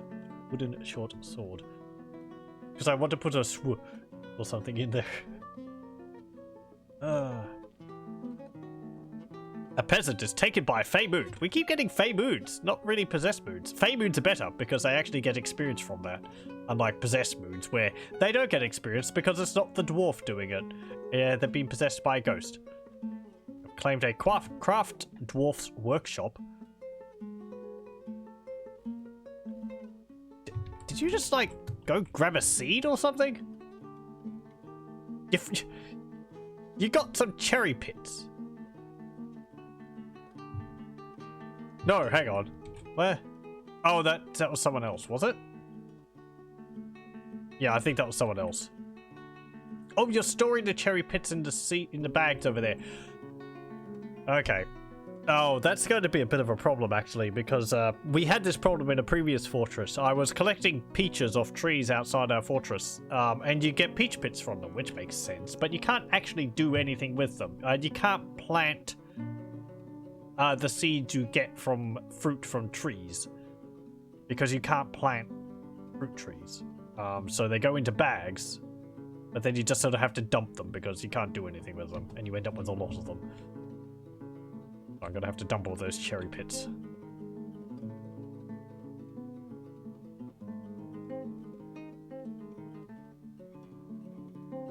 Let's make some more silk bags. There we go. Also, I need to do this. Let's see. Cloth. We'll put like that there. And we need some silk, or we need some thread. And we need some splints. And actually, what am I doing? We should put them in there because, you know, I made the room specifically for the resources. Like that. Okay, and we'll put a bin here just so that we can hold more in a single pile. So this will be thread. Do we need cloth for a, I don't think we do. For a hospital? We need thread. Oh, we do. Thread, cloth. I suppose for wrapping, for bandages. Splints, crutches, powder for casts, 2 buckets, and soap. So 1, 2, 3, 4, 7. Okay. 1, 2, 3, 4, 5. No. 5, 6, 7. There we go.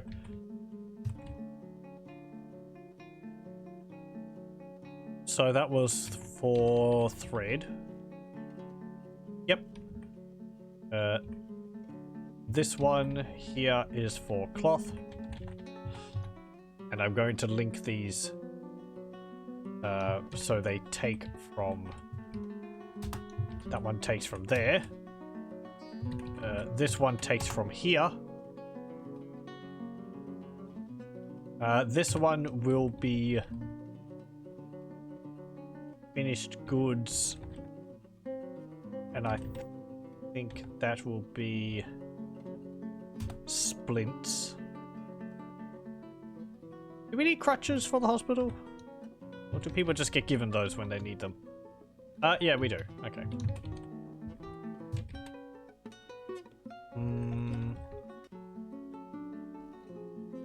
No. Turn that off. There we go.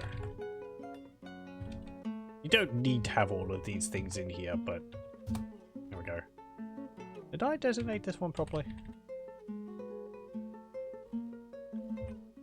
I did. Okay, good. So, that was that. Crutches, powder for casts. We're not probably going to be getting any of that, but put some anyway. Now, what's that under? Food. No. Finished goods?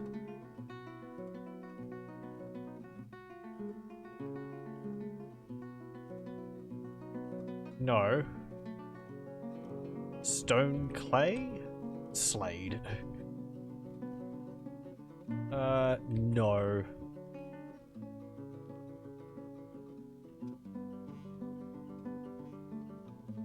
No. Is it under this? Because it's made by... It's made from gypsum, so it would be like a gypsum powder. Maybe it's under additional. No. Bars blocks. I think there it is. Well, that's soap.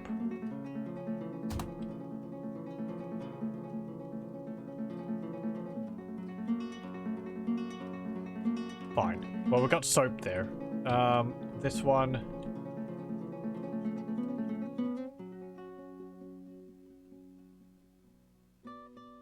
Okay, fine. Let me just look this up. What was it? Powder.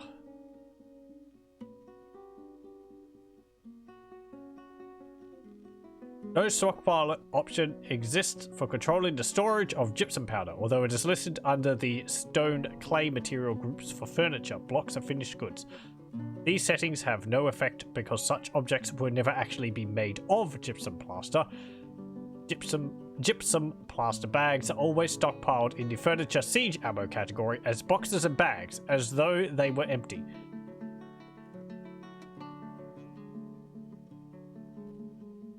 Okay.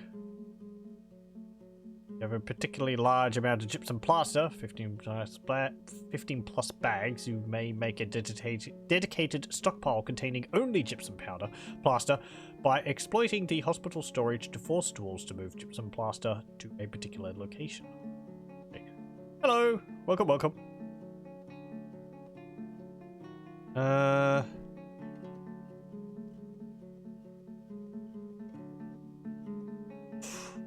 Fine, whatever. I don't really care. We don't need to have that stored in there. We don't even have any. And what was the last thing? Buckets. Whatever. This is fine. Just put some buckets in there. Actually, change this one. Cloth. Turn it off. There we go. I don't want that cloth in there. You just snuck that in there. Oop. Asmel Coalsesh has begun a mysterious construction.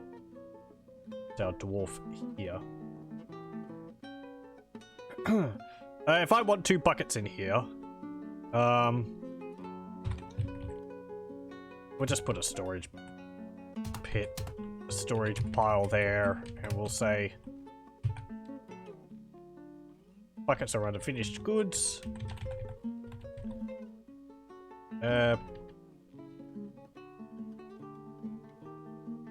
I think they are. Are they not? They're not? Chains, flasks, goblets. Oh? Are they on the furniture?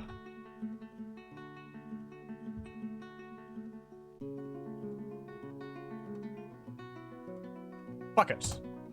Bit odd. Maybe it's because they're used in the construction of a well. Okay. So we'll be able to fit 2 buckets in there. Also, I'll just get that take from here. Go. Yeah, it's spamming me again now as brew drink from fruit. Did we actually end up producing fruit? Producing like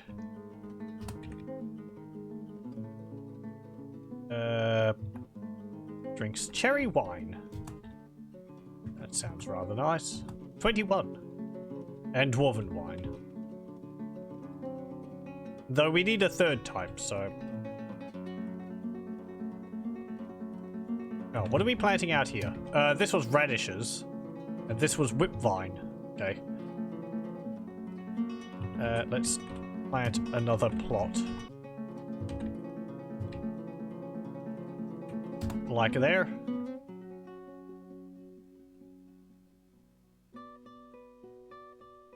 I'm sorry, what are you carrying around out there? Giant G. Return kill. Oh, it's a giant mountain goat. Yeah, because we've had some of those around here. What's the W? Giant earthworm, mangled corpse. Are we getting attacked by giant earthworms? Or is it like giant earthworms appearing? I guess earthworms on the menu. Ugh. What do you even get from an earthworm when you butcher it? I guess a lot of meat. No bones. That would cut down on the, that would cut down on what you get. Giant mountain goat corpse, giant earthworm fat. Earthworms have fat in them? I suppose a giant earthworm, right? Giant earthworm heart, intestines, brain. Giant earthworm mangled skin and meat. 2 meat? I mean, earthworms are pretty small. Giant earthworms might be just like 2 meters long or something. Giant earthworm.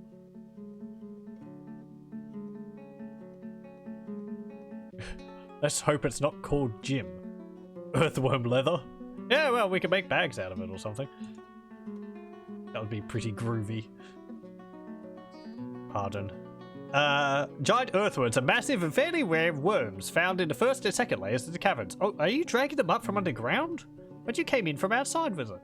As heavy as a grizzly bear, these creatures will attack dwarves who provoke them with push attacks, and they are large enough for such attacks to cause heavy damage to unarmored peasants. Giant earthworms have a pet value of 500, but lack the necessary tokens to be tradable. They give a significant amount of returns when butchered, and products made from them are twice as valuable as products made by normal animal parts, making giant earthworm hunting profitable decision for a fortress. They can't be spawned in the object testing arena. Some dwarves like giant earthworms for their awesome presence. Let's see. It says it gives 40 to 41 meat, 13 fat, 5 to 6 brain, 2 to 3 heart, and 17 to 18 intestines. I'm guessing it's cutting down, like, the brain into manageable portions rather than it has 5 or 6 brains.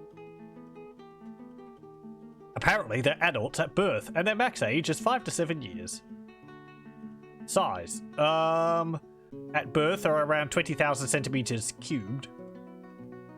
Mid, they're around 100,000 centimeters cubed, and at max, they're 200,000 centimeters cubed.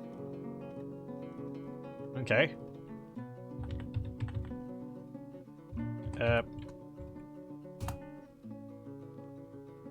That's like 200 liters. Okay. Or cubic meters. Whatever. No.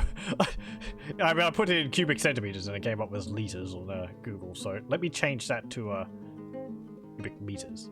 Oh, 0.2 cubic meters.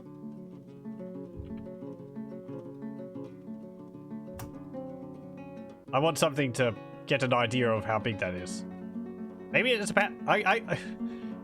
I think this is just giving up pictures of BMW M3s. I was going to say maybe it's about the size of a car, but I think it's just because Google's getting a bit confused. Sounds like dwarf version of a pig. You can raise them for food. Yeah, well, I mean, underground, like, animals like that. I don't know if we could breed them. They're genderless. I don't know how they'd create more of them. Maybe they'd just spawn more every now and then. Asmel Kolsesh, peasant has created Rodem Mothil, a giant cave swallow bone right gauntlet. She claims it as an heirloom in the name of the family ancestor Atia Sac Crystal. Let's have a look. This is our fourth artifact.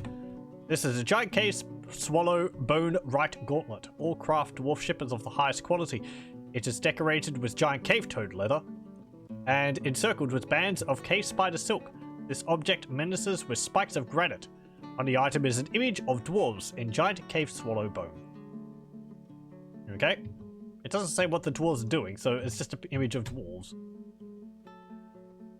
Do we have 2 right gauntlets now?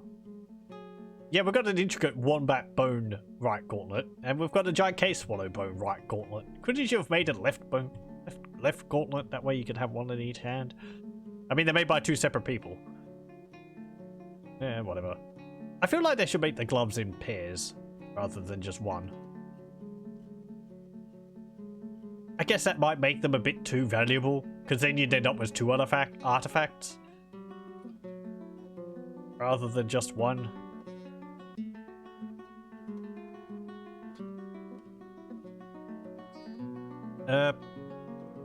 Let me... No. Where is the gather plants? Because there was some stuff out here, so... Okay, and on here... What's Kanewa? Sounds Japanese.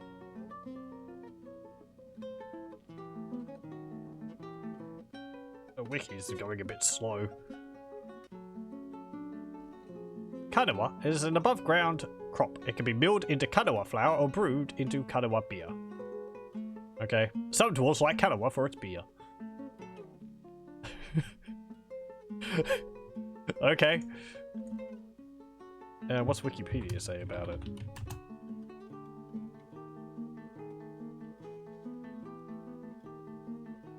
Species of goosefoot. Native to the Andean region. Oh, okay. More than 200 varieties. Tolerance of high mountain conditions, high content of protein and a dietary fiber, and rich phenolic content. Looking at pictures of it, it's kind of just like a, you know, yellow red, orange colored, like, little plants. That's very descriptive, I know, but I don't know. There's sort of just like, I don't know, little stalks growing up out of the ground. Colourful. I think we'll just, I mean, if we've got some of that, then let's plant some of that for the beer then. That will give us another source of alcohol. Because I think you need at least 3 different types so the dwarves don't get bored of drinking the same old all the time. Okay, let's see. This is going to be the throne room or study of the mayor. This one is the dining room. I don't like having the dining room as the room they enter the person's apartment. I like having I like having the first room like their meeting room, and then another room, a back room as a dining room, and then their bedroom off there as well. Because you don't want people coming in, walking into your dining room while eating. Having to walk through there. At least that's my idea. Right, how are those for you? Decent. You need chests, cabinets, a weapon rack, and an armor rack. Okay.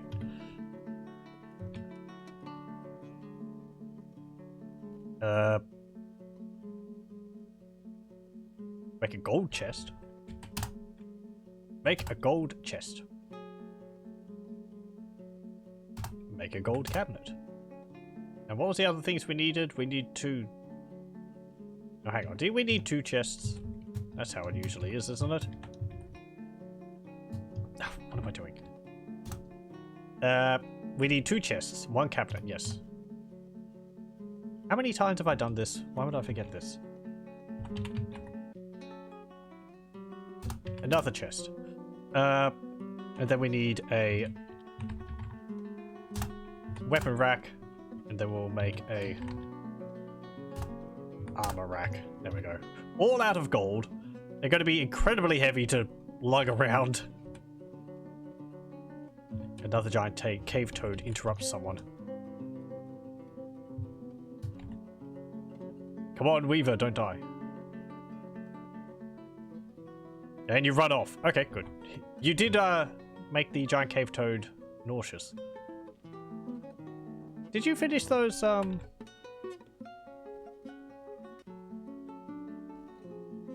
smelt native gold? No, you didn't.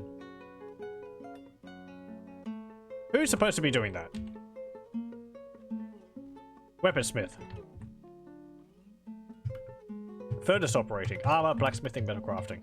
You're all going to be doing it just because I want these things done.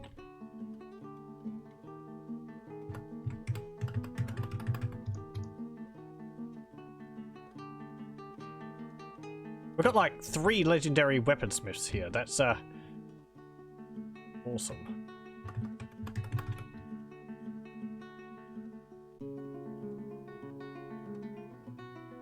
My broker's still trading at the depot. Did I turn that off? There we go. Are you just standing? There's no one here, lad. Go home. I've been standing out here for months. The traders are long gone, but you haven't told me to leave, so I'm going to keep standing here.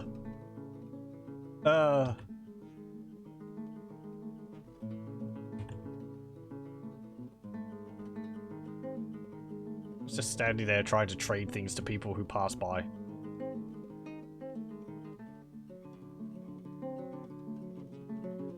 Okay, that's fine.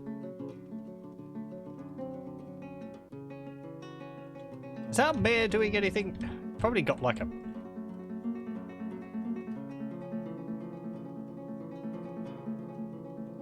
Yeah.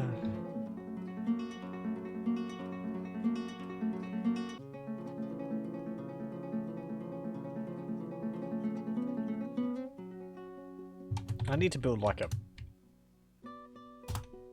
bridge there so people can walk across there rather than having to go all the way around that channel I dug. No.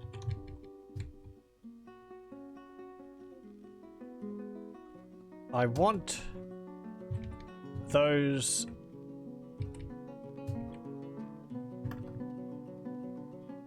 gem bins brought back. Why haven't they been brought back? Oh, it's because there's probably no room. Okay, you can put them up there. No, there would... Oh, no, it's because there's no room in the gem pile, I think. Oh, I didn't accept any bins up here. And I turned off gems being accepted here. So they had nowhere to put them. Okay. How's our stink room going? Pretty full. The cat runs in. One of the cats run in. Oh. We didn't have another... Oh. Microwave. We didn't. We just have more dwarves through babies. Okay, like that. And there. And there and there. Okay, that means we also need more beds. 30 more beds. No. There we go. Look at all of our farmers talking amongst themselves.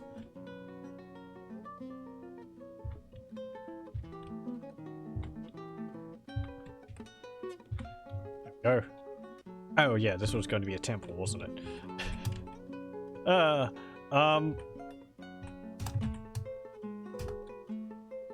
I need to... Meeting area. No, not that. Meeting area. Assign location. Add location. It's going to be a temple to no specific deity. The Match of Shanks. Fine. You can call it that if you want. Everyone can go in there and pray. If they need to. Just to the deity of their choice. Also, let's smooth out a bit more here. Smoothing starts off slow, but the more you do, the faster it becomes because they get more skilled at it. It's like, oh god, finally. Place to worship.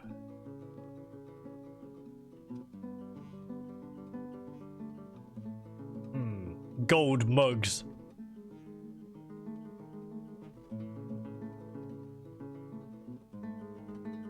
So fancy. Can we produce monocles? And top hats?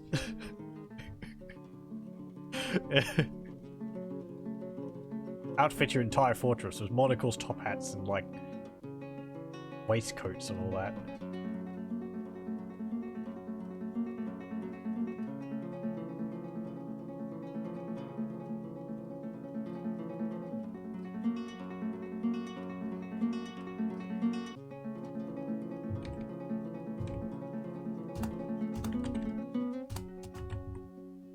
Okay, more beds. More masterwork beds.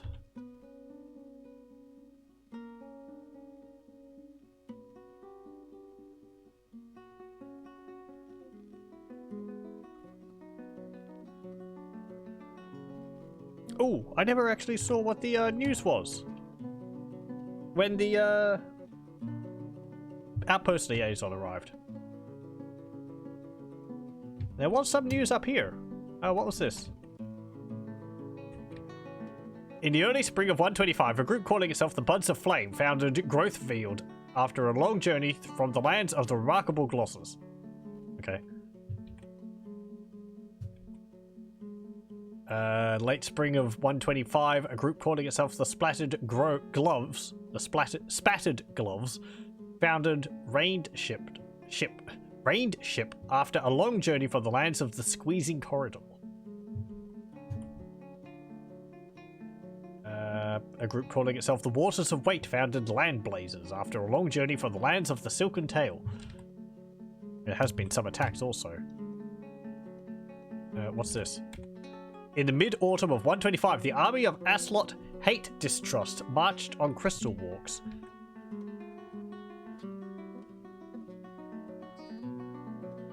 In the midsummer of 126, the army of Zolak Profane Evened marched on Clasp Mortal. In the mid-spring of 126, Edzul Tombscalmed became mayor of the Holy Spell Cudgel, replacing Logum Archburn. Okay. Oh, what's this one? Going over the ocean. A group calling itself the Present Curse reclaimed Steel Waddled on behalf of the cruelty of wilting.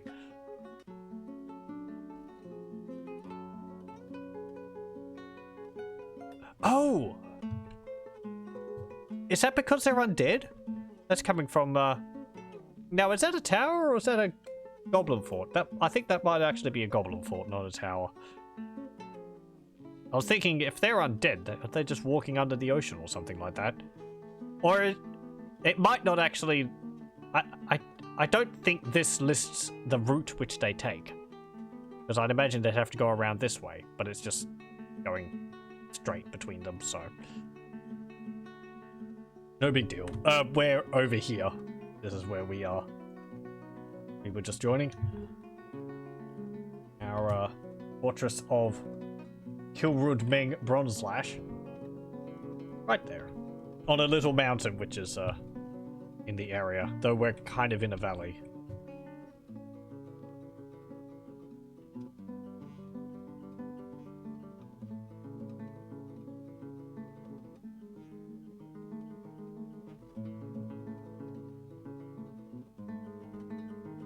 Can we make gold armor?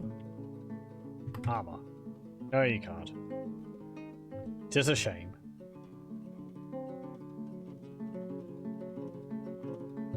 Okay. Oh, I need to put a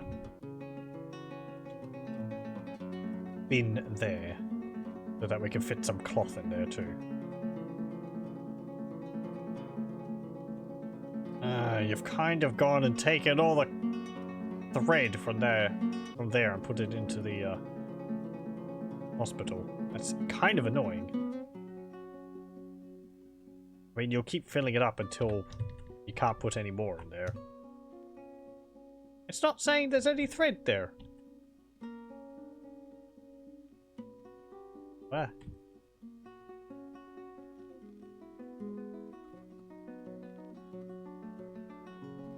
Wait, what? Why does it keep changing? Oh, I'm... doofus. I thought it was changing how much of, like, it was detecting for it, but no, it's... I was changing the, amounts.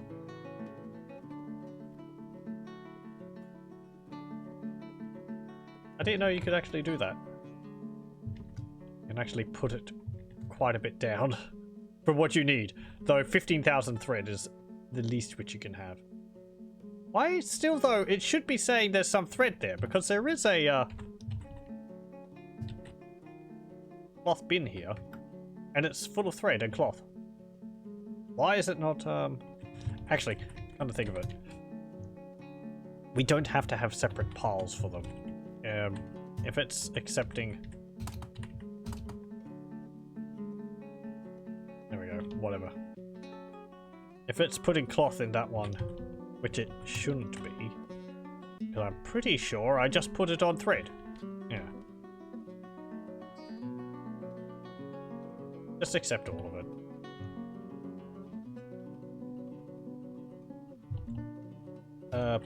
And take from here. Right. Maybe it's because it's in a bin and not out in the open. I don't know. This first number should be going up.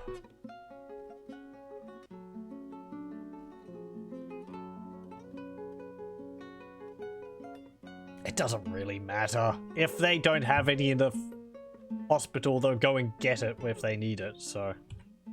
Really, it's just for convenience sake.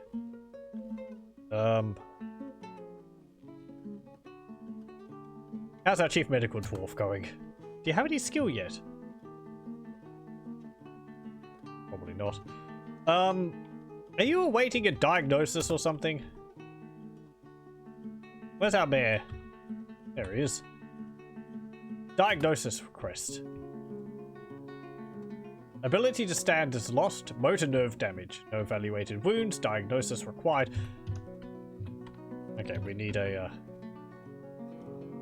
No, we've already got a chief medical dwarf. We don't have a... Oh! Duh!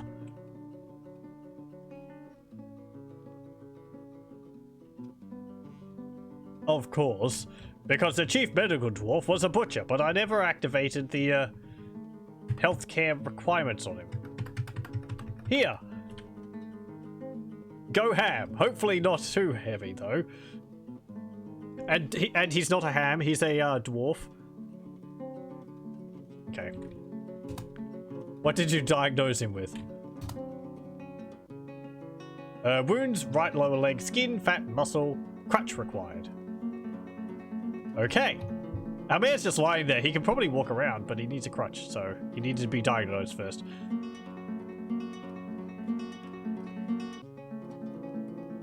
Luckily, I think this means there's not going to be any surgery. I think they can misdiagnose, though. I think they could be like, oh, you have a cut in your finger. We're going to have to amputate the finger. Yeah, there we go. He got a crutch. Now he's walking around. I guess it was a successful diagnosis. You did good. Where is my chief medical dwarf? He's meditating on wealth. I'm well. He was interested remembering a fine seat. He was embarrassed after sleeping without a proper room. Yeah.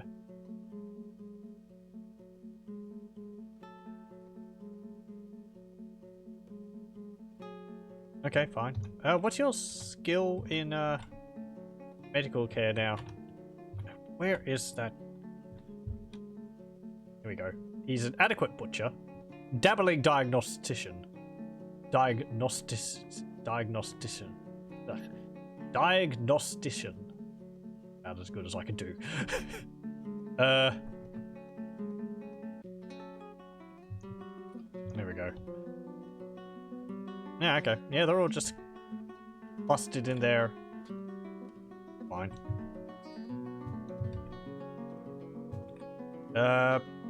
Teckled Woundfield wishes to reside in Bronzelash. Sure.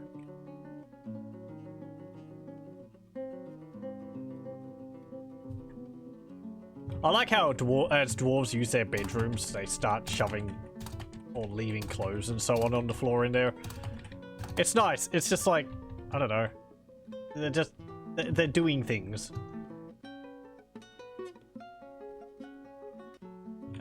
Did I...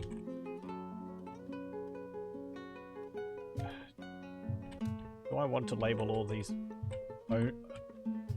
list all these beds as being owned by someone? I should.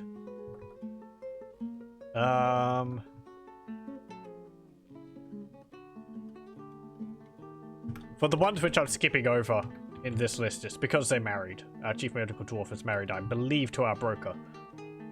So they will share a bed. Though it will list one of them as not having a bed, because they don't have a bed specifically given to them. And you can't give them both a bed because it will sort of replace the other bed you gave them with the other one you give them, I think. So if I gave the chief medical dwarf a bed, it would remove the one from the broker. I think.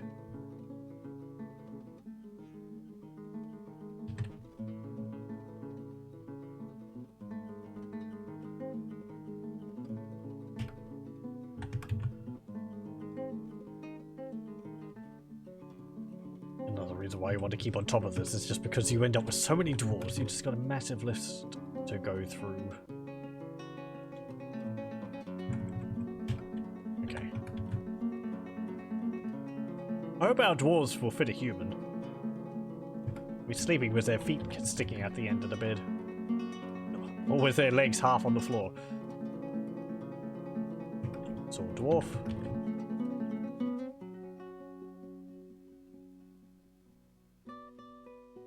Spearman. Your bedroom's just spilling out into the hallway. We can't have that.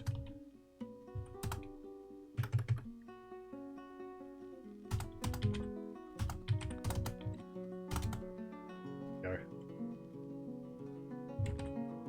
I just...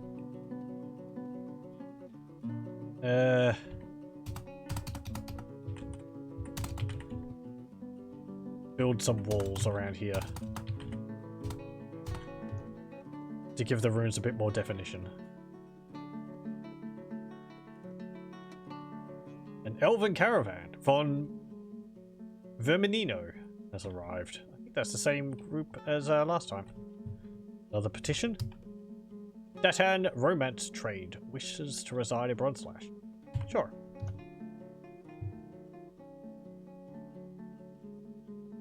Gold chest has been completed. Okay, well, we've got some gems we can trade with the elves.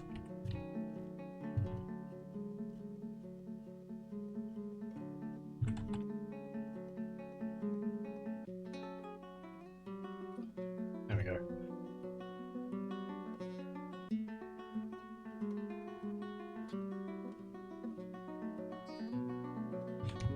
Actually, yeah, trader, I'm going to need you over here again. And, don't carry all of my gems over there. We need to put another bin in here so that we can... We should have 3. JM bin.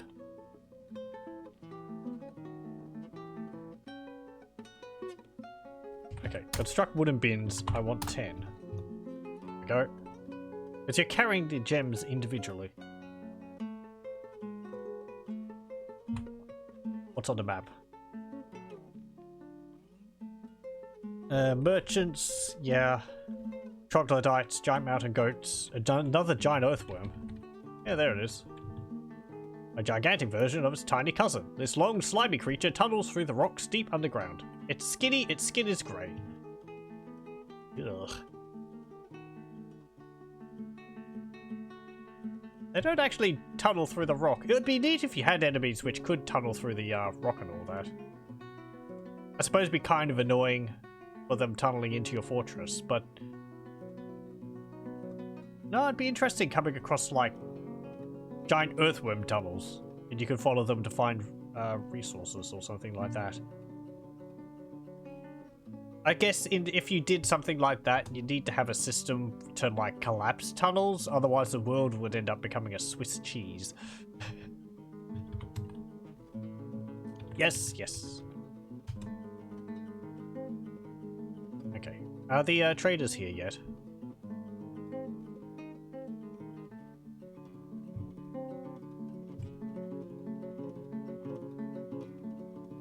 Oh, did we get more animals? No, we didn't. Okay. Cats and dogs don't need to go in a pen outside. Because they don't eat, I'm going to say. I don't think they do. Cows and horses and poults and the like do eat, I'm pretty sure. I know cows, sheep, and horses do. They eat the grass. Poults, like birds and all that, they might not.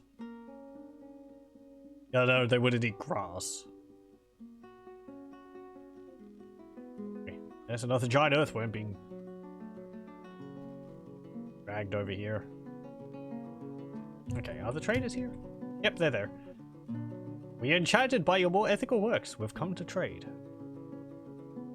Osime is willing to trade. What have you got? Clay. Ridithe. I guess that's an instrument? Grown Birchen Ridithe. The Ridithe is a mid-sized handheld straight wooden horn. The musician blows into the instrument and selects pitch by adjusting a slide. The instrument has a 3.5 octave range, going from a mid-low to a high pitch. The instrument has a choppy, strong, focused timbre. Okay. Yes, we're good. buy some instruments. Yeah. Large handheld cloth-stringed instrument with a wooden body. Rests flat and the musician plucks the 40 strings. I mean, it's easier than making instruments myself, and they're... Oh, I was going to say they're pretty cheap, but we're not actually seeing value here. I thought my broker was a pretty skilled person. Hold on.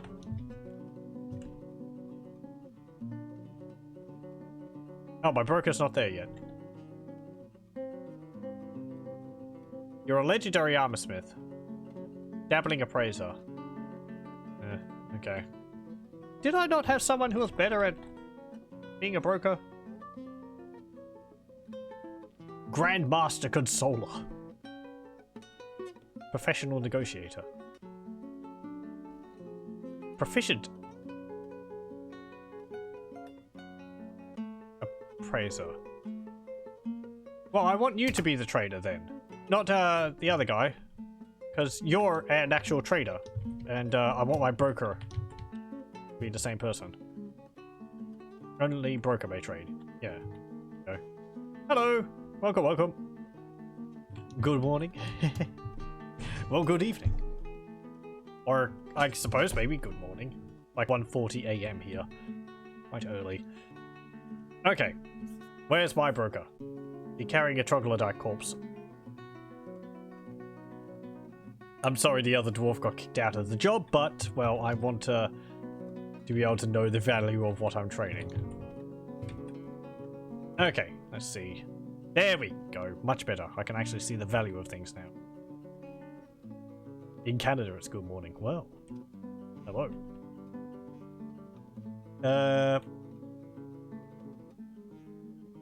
Where was the things I wanted? Okay, so that was 50, that was 80. Cherry wood puzzle box. I suppose we could buy some toys. Almond wood toy boat. Sure. Let's see, what else? Got some barrels. I wonder what a grown wooden barrel would look like. I guess it would just look like a giant gourd.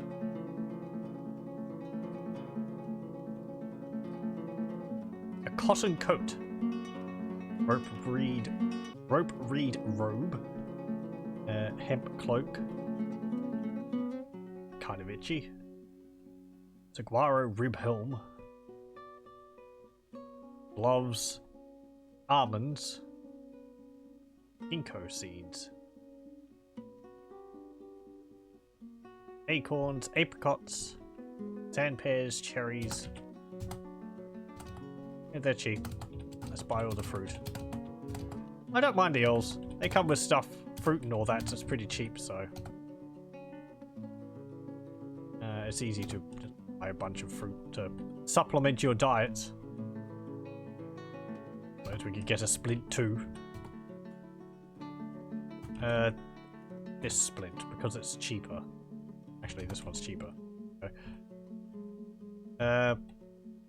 Canaf inner strings. Oh, well, we're not going to construct our own musical instruments. So, Forgotten Beast Silk Linny Bag. The Forgotten Beast Silk Linny Bag is made from Forgotten Silk... Oh, linen bag, I guess that is. No, linen would be L-I-N-E-N. Linny bag. Oh, it's a part of a musical instrument. Made from a forgotten beast. What forgotten beast? Interesting, it doesn't say. Linny bag is used by the musician to control the steady flow of air through the instrument. Yeah, okay. So it's like a bag, like a bagpipe thing. Elves playing bagpipes. There's going to be no peace in that forest.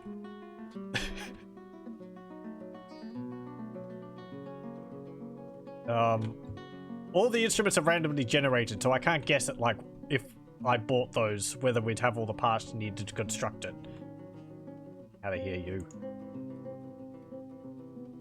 Bots.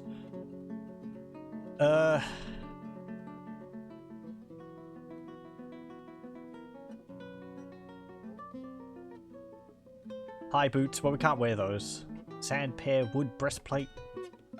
Buckler. A shield. Want any armor or stuff like that? I think the grown wooden armor tends to be a bit better. Grown ashen figurine of whale sharks. This item is an image of two whale sharks in ash. It's decorated with maple and circled with bands of persimmon wood. On the item is a well-designed image of a forgotten beast in ginkgo wood. Okay. I kind of think that we're alright with what we've got here. Native platinum gizzard stones. Ugh. Wait, what? Native platinum gizzard stones. Okay, I guess we killed like a giant cave swallow or something and it had native platinum gizzard stones in its stomach. How about that? I kind of want to keep those. That's kind of disgusting, but also very interesting. Let's give you this, this, and this. That's a bit more, but I would like you to come with more next year. So, trade. Ah, wonderful. Thank you for your business. How about we give you something a little too? We'll give you these. Trade. Are these gifts? Do you wish to trade? Gift. I'd like to give gift. Can I only do that with the dwarves?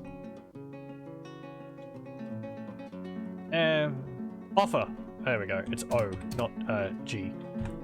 You were too kind. There we go. Made a little bit of extra on top. Move goods.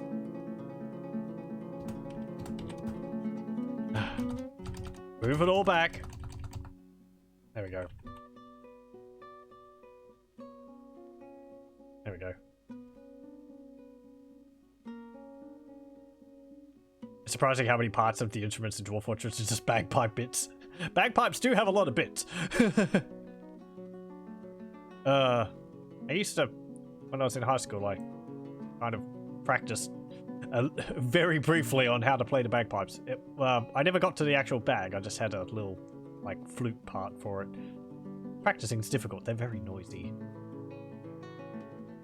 It's still wooden armor. I could do it. Yeah, I mean, I'll still say it's probably better than, like, I would, like, I think an elven wooden sword is better than a practice wooden sword.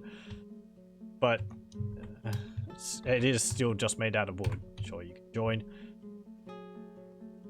We don't actually have any ores which we can make weapons out of. Make our weapons out of. Can you make weapons out of silver? No. Oh yeah, you can. You can make silver weapons. We can't make them out of gold though, and you can't make armor out of silver or gold.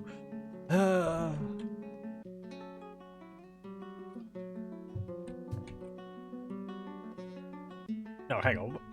We've got tetrahedrite ore. That's silver and copper. So we could get copper from that. We could make copper armor and all.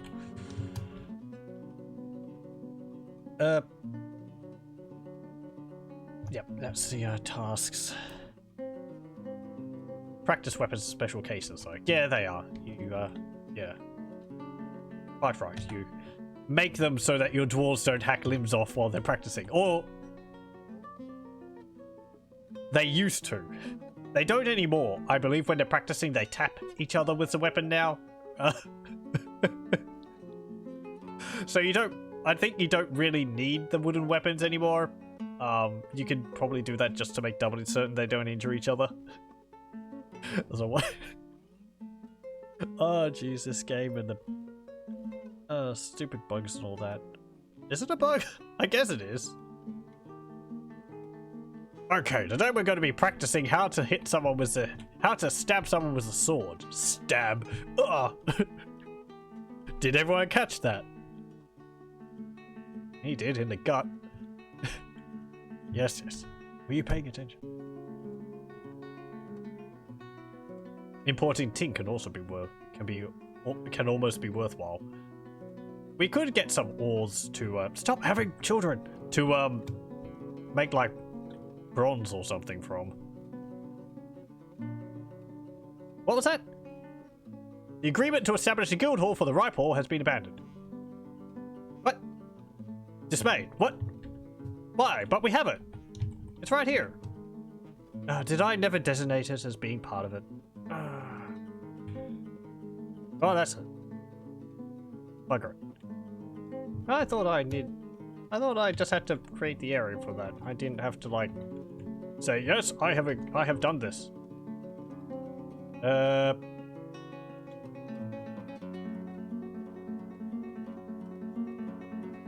Where was that? Designations.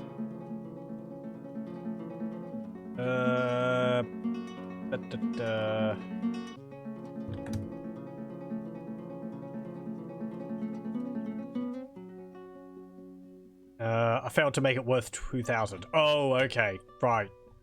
Yep, okay. Oh, we needed to put some statues or something in there. Okay. Fine. Well, they can try again next year.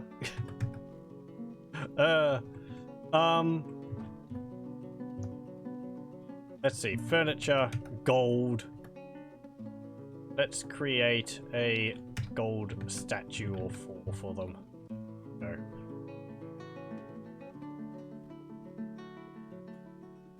I have made guild halls before, but I think in those cases I was building them outside, so the walls would have counted as part of the value. Or maybe I just forgot. Most likely. It has been quite a few months since I played Dwarf Fortress. Again, more babies. You can still make it, they just get bad thoughts from failed requests. Okay, well that's fine. They're not just going to go, oh, and mope around forever. Did I end up doing all these? Resize room. There we go. Okay. This one.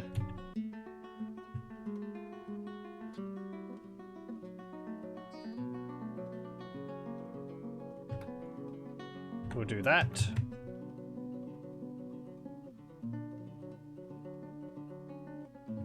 I kind of wish people would just claim bedrooms for themselves. If the beds weren't like, you know, designated as being someone's in particulars. I mean, they kind of do that, but they don't claim it. They just sort of go to any spare bed and sleep in it. Or maybe you could put the bedroom up for grabs. Be like, whoever gets here first get to... Anyway.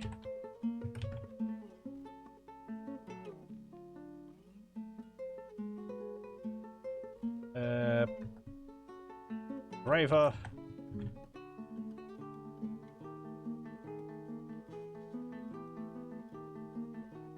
Fish cleaner.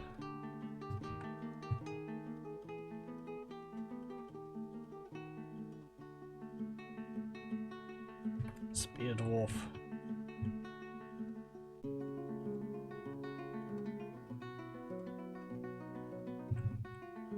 Another spear dwarf.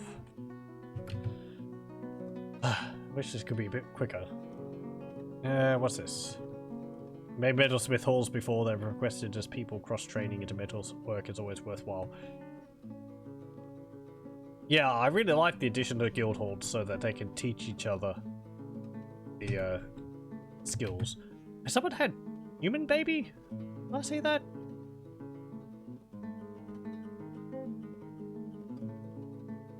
Dwarven baby, dwarven child, dwarven baby, dwarven child. No, no, no.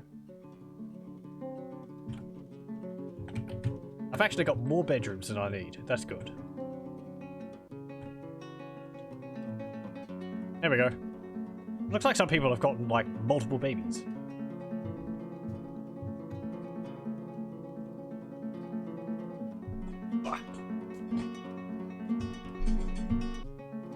If it's set as a bedroom with a size, it's claimed by the first user.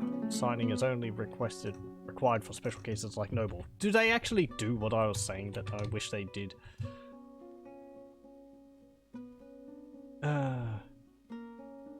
They only have to like say, oh, this is a bedroom. Like this. And then someone will go and own it.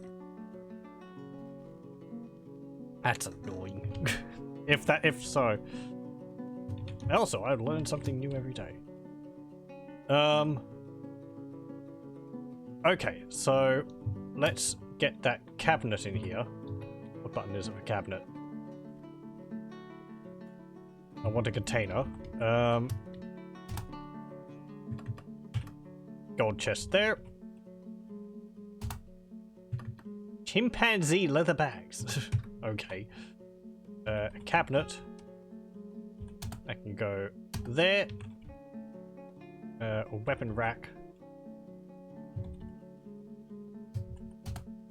There. Armor stand. There. So we've got 2 chests, a cabinet. We also need the... Isn't there something else which we need? Hold on. You want me to make a buckler? Okay. 2 chests, 1 cabinet, 1 weapon rack, 1 armor stand. Okay, no, that's fine. Your room is already fine because of all the gold seams in the wall. It's really nice and sparkly. You just have to manually assign them as you recall it in time after economy turned off. Oh, okay. Again, as I said, I've been playing Dwarf Fortress for quite a while, so things from previous years and editions are probably most definitely muddling up in my head.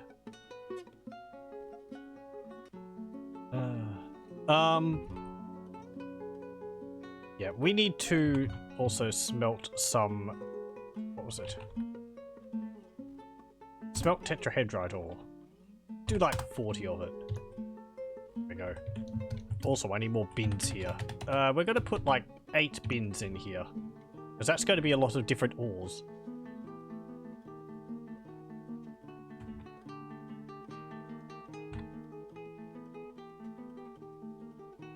And I did think I put in an order for bins, but we'll just put another order in for bins as well.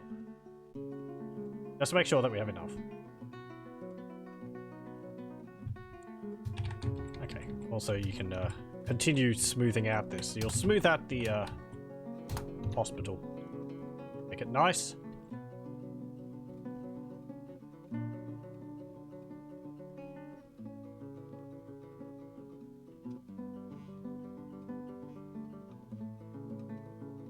Got anything around? Large rat. How lovely. A huge rodent found underground. Her hair is black, her skin is dark brown, her eyes are black. Wombat, Gorlak, giant cave toad, giant snail, wombat, stray giant wolf, stray giant bush tit, stray horse. That's the merchant's stuff. Okay. And the merchants have gone.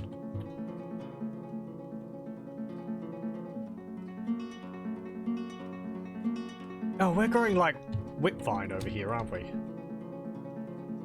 Do I need to do anything with that? Hold on, let me have a look. Because we're probably getting a whole lot of it, and if I'm not processing it... If I'm not processing it, then I'm not going to be taking advantage of it. Whipvines are above ground crop and may be planted at any time of the year. They can also be gathered from shrubs outdoors. They are only found in savanna in savage areas. Whipvines cannot be eaten raw, but can be brewed or milled. Whipvine, brewed from whipvines. Whip wine, brewed from whip vines, is more valuable than any alcohol brewed from underground crops, and whip vine flour is the most valuable flour product available. Apparently it's an actual thing. Or is this just an image of something?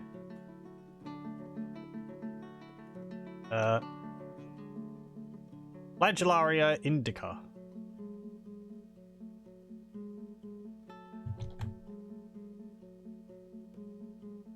Or Flagellaria. Is a climbing plant found in most of the tropical and subtropical regions of the Old World. India, Bangladesh, Southeast Asia, Polynesia, and Australia. Strong climber, it grows often up to 50 meters tall, with thick cane-like stems exceeding 15 millimeters in diameter. Its leaves, without hairs, are 10 to 40 centimeters long and 5 to 20 millimeters wide. A coiled apex of the leaf forms the holding part of the climbing plant. Fragrant white flowers form its panicles, 10 to 25 centimeters long. The fruit is an inedible greenish-red drupe. 5 millimeters in diameter, usually with only one seed.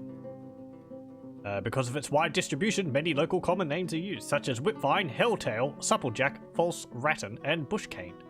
Oh, okay. Huh.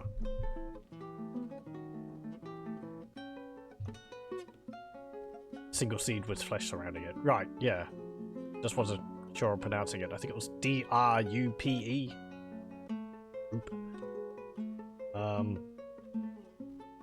Interesting. I thought the whipvine was a plant made up for the game. There's so many things to learn in Dwarf Fortress. So we actually need to mill those if we want flour. However, we've been brewing them, which is fine, because then we end up with whip wine. So I guess we don't need to. I could grind some of it for flour, and we could use it for cooking.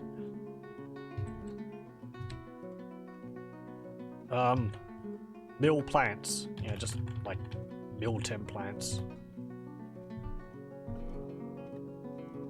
We should actually also... Do we have a cook? The kitchen's just rendering fat all the time. Prepare a bunch of fine meals. Get some, like...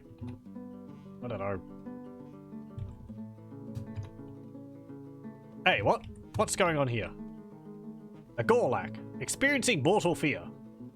And a stray dog. Are they attacking each other? Yeah. The giant cave toad misses the Gorlak. Gorlak, stop! This isn't happening. Gorlaks can talk? The giant cave toad attacks the Gorlak, but she jumps away. Help! Save me! As the tide turned. Ah, no! I was attacked. Help! Save me! I must withdraw. Gorlak breaks the grip of the stray dog's teeth from the Gorlak's upper lip. Save me! They're mostly mouse. I mean, yeah. Gorlaks are like... What aren't they? Aren't they like just a leg with a huge mouth? A small round humanoid found wandering in the caves deep underground. Most of its body is taken up by a huge tusked mouth. Yeah, so like Loudred or something in a Pokemon. I just thought that... I don't know. I didn't think that they actually talked. Maybe it's just a message which pops up for creatures which are scared. Though dogs don't. So... I don't know. Maybe Gorlaks are sentient. I guess they are. Gorlak.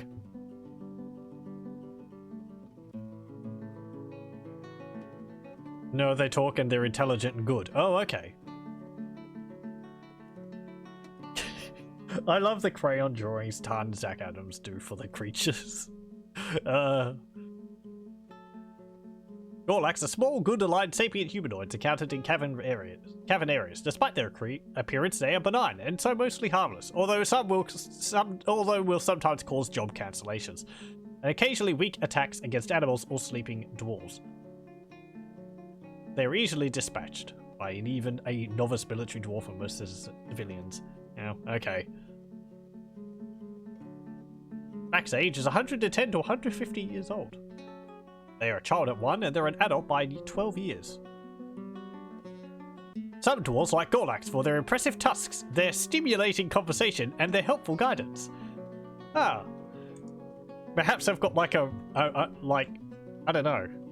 It's kind of a shame that we're beating one up in the hallway there, but I guess maybe dwarves could like ask them for directions or something underground. Oh well.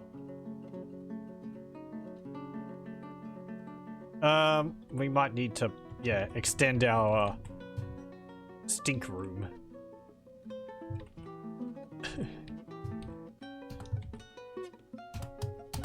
Like that. There we go. Come on, miners, go in there. It's gonna be terrible, but...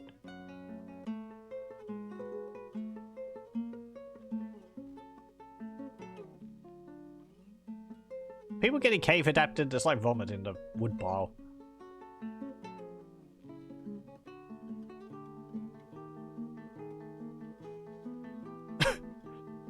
Why have I done that? Ah, blah, cough, cough.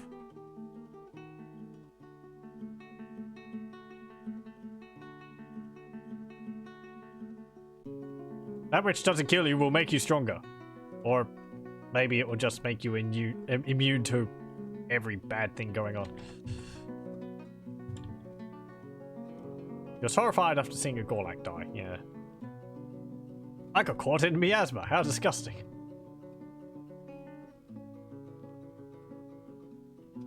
What was that? Masterpiece high wood bin.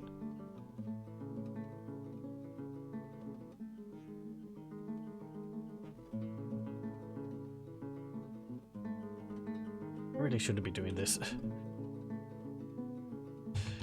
Let's stop this. I'll just make it outside. The problem is that if it's outside, everyone's going to be able to see it. And that's a bad thing, but... possibly it's just worse having everyone choking on miasma every time they want to put a corpse in there. We'll just do this. Whatever. Outside in a hole. Yeah.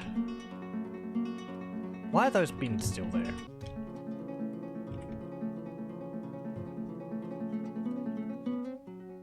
Why haven't you moved? I didn't buy quivers. Why is it? It's because there's a bin. There's a gem in it. Oh, it's. Are they like mixed bins so you can't put them into the gem pile?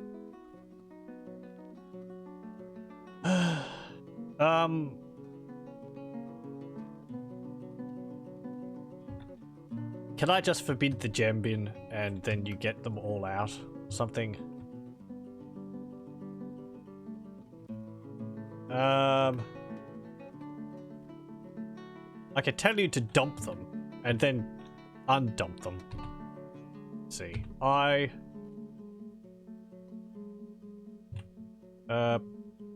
do I make it? It's a DBD, isn't it? Yeah, dump items. But that is just specifically for dumping items. I think you have to put a pit. So we'll put that there, DBD, and we'll just dump those. If you'll please. I might have to do it manually. Nope. Okay. Don't dump the claystone. I mean, you can't because it's made out of the the trading depot is made out of them, so you can't actually remove them. Hello, welcome. How goes the fort? Pretty well so far. We've only had a few dwarves dead, and we haven't been sieged, which is nice. And we have a stray llama in the hallway. Hang on. That's no. What? This is a pen pasture. I relabeled it as something else. All the animals. Put them all back in there. I mislabeled that. I did a mistake.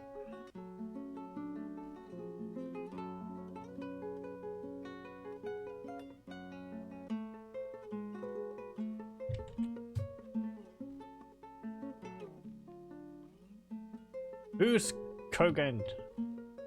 Why is his teeth out here?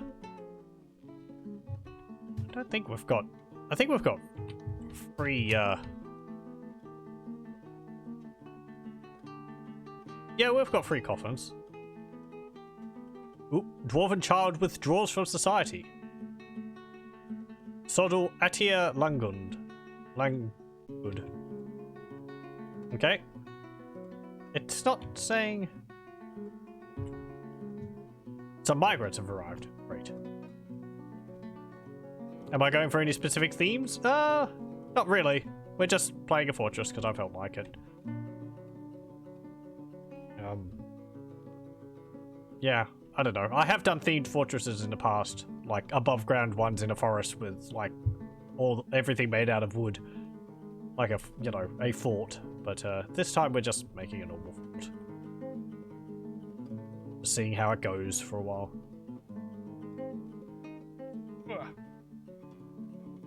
What was that? The Bourne Company, a ranger guild, has been established. Okay.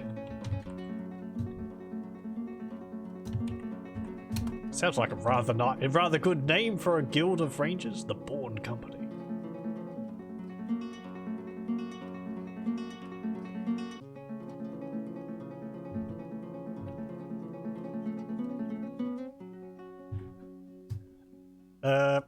Yeah, you want your guild hall. Sure. So, no, not support. Statue. Let's put some of these gold statues in here. We've got four of them, so we'll put 2 of them in here. And we'll put the other 2 into the other guild hall. Hopefully that will increase the value of it past 2,000. They are made of gold. They should be worth quite a bit. I should put some instruments in the...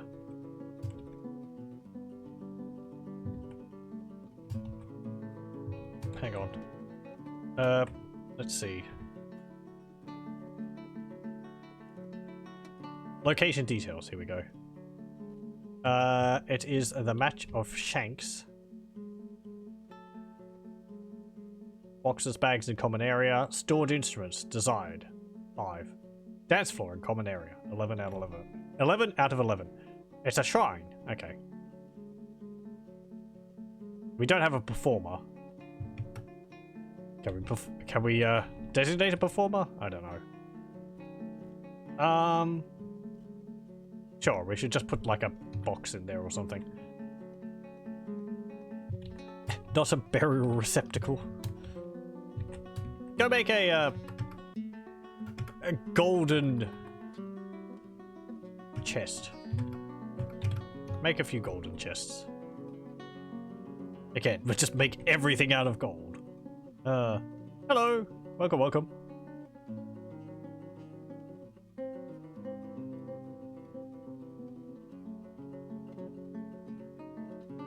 Everyone wants to... Oh, interrupted by a giant Kia. Where is it?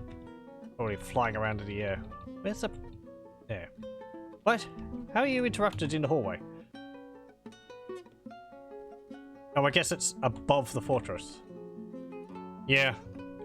Fine, whatever. Stupid Kias. It's got a Kia emote. Is it a Kia emote? Yeah, it is. How oddly specific. Kias are neat. I like Kakabos more, I think, but... One of the more funnier builds you saw had trapdoors at the entrance of the fortress that dropped any invaders down multiple floors into a hall that was combined war dog kennel and training area for an underground militia squad. Yeah. Oh dear, someone's experiencing emotional shock. Where are you? Oh, you're there. I was attacked! She is shocked after being attacked. Within the last season, she didn't feel anything while in conflict. She was uneasy after seeing Koga and Workhair's dead body. Did someone die? Or is it because he carried someone somewhere? No? Never a fan of birds interrupting jobs. It is a bit annoying, especially when the birds don't necessarily attack you. They're just like, oh, there's a bird. I mean, they are giant Kias, so... And Kias are... Yeah, Kias are mean birds. Yeah, they are kind of a pest. From what I understand, they're a New Zealand bird. I think so are Kakapos, but Kakapos are cute. They're like flightless ground parrots. If enemies survived the drop, it provided some nice practice for militia and dogs. Yeah, I remember making a flooding tunnel in one of my fortresses many years ago. That worked pretty well, but it takes a while to set it up. That's just, you know, enemies attack, you close the doors with them in there, open up the floodgates, flood them in, wait for them to drown, then empty all the water out and dispose of the corpses and collect all the resources afterwards. It's an effective way to deal with large amounts of goblins, but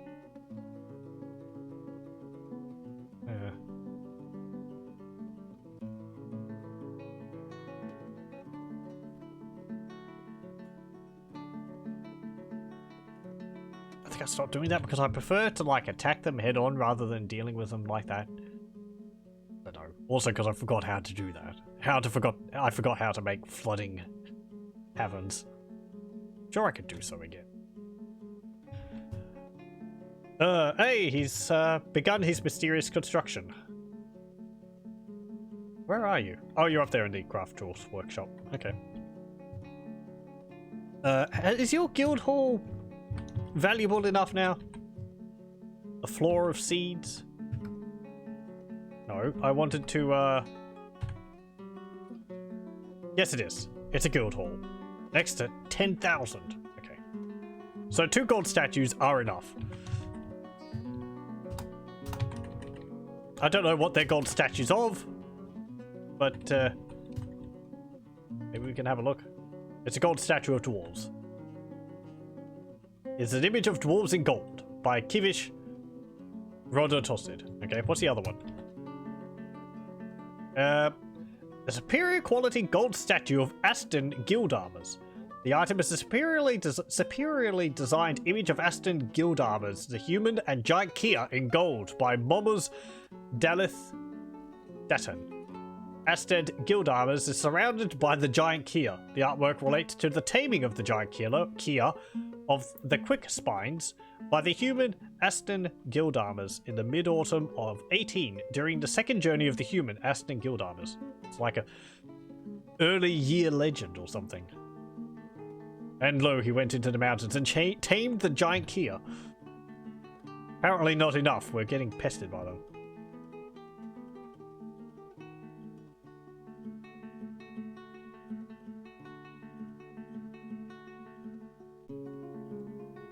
Observe the wiki page for Kias and consider the size of dwarves in comparison to sheep.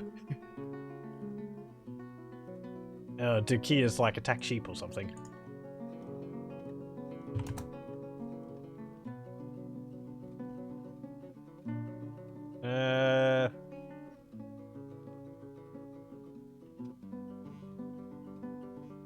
Sheep.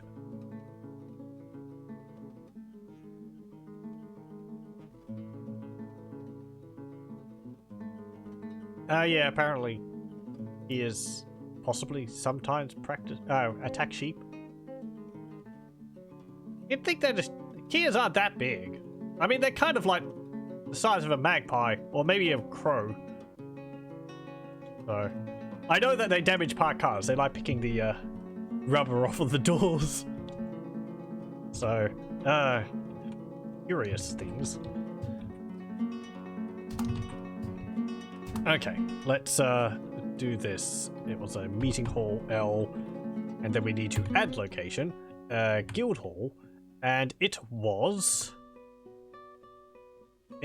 a Rangers guild hall, wasn't it? Here we go, Rangers guild hall, 12 workers, the Bourne Company, assign. Okay. So I suppose you should take from it, establishing a guild hall is not necessarily, it's not necessarily designating a location for a guild hall, but rather, while that is part of it, it's also getting the space which you designated to be considered a guild hall, which is increasing the value of it, because otherwise it's probably just like a hall or something, I don't know. Probably a nuisance bird. But dwarves are pretty flighty when they aren't suicidally battle mad. They are that. They're all like, oh, there's combat, I gotta run away. If they're not a military dwarf, they run away, which I would generally prefer that they do that. It does mean they interrupt all their jobs whenever. Sodul Atia Langund, dwarven child, has created Rapham Kudust, a tall giant cave-toed bone helm. He claims it as an heirloom in the name of the family ancestor Atia Sacrystal. I think that's actually the second person we've had who have dedicated it to the family ancestor Atia Sacrystal. And the Mark's dwarf has been found dead. Over here. Apparently a troglodyte killed them. Wonderful. Well, let's look at that artifact. Rapham Kudust, the coincidence of princes. This is a tall giant cave-toed bone... This is a tall, giant cave-toed bone helm. All craft dwarfship is of the highest quality. It is encrusted with marquee-cut stone quartzes, smoky quartzes, and decorated with giant cave swallow leather. This object menaces with spikes of giant cave-toed bone, granite, claystone, and copper. On the item is an image of 2 boogeymen in pigtail. On the item is an image of an emerald-cut gem in highwood. Okay. Rather nice. 23,760. Fancy helmet.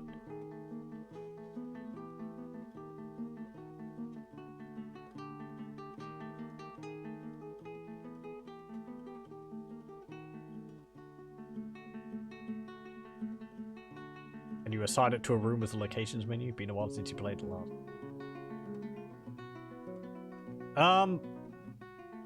What am I saying? What? Are you talking about the guild hall? Sorry, I was reading about the artifact. Well, you do. What you do is you look.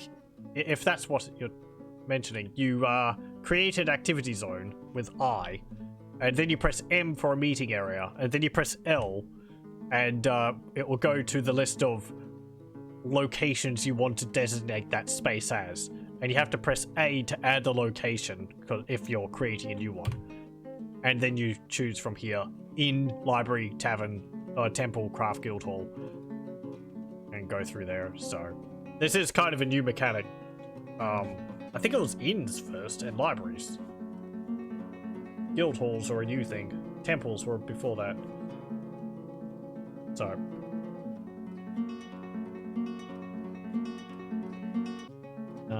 yeah, it's kind of tucked away in there.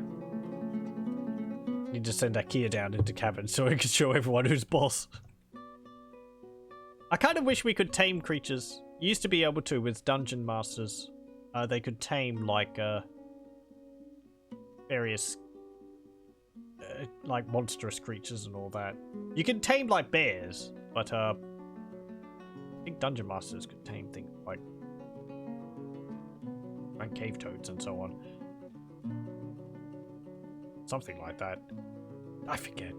I just remember that the dungeon masters used to run around with heaps and heaps of cloaks on, because for some reason they were attached to them. They just wanted all the cloaks. And nothing else. So you'd have a naked dwarf running around with like 30 capes. Still can for the most part. Animal training zone, food skill, and a little luck. Can even teach the Civ how it works. Civ knowledge is a cool feature. Oh, right.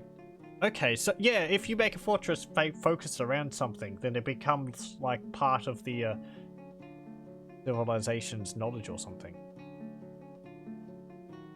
Good. This is all stuff I've never done. I don't tend to train creatures. Again, it's like, I don't know. Too much effort. My fortresses don't tend to last beyond like 4 or 5 years. So, either they die or I get bored. One way or another.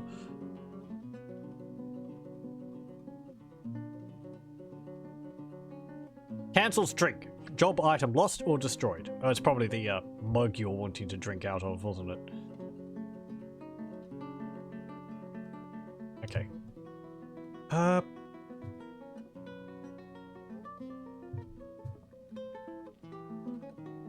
What am I doing now?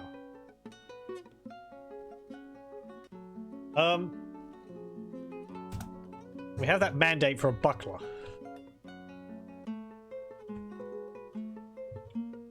We probably won't be able to finish that.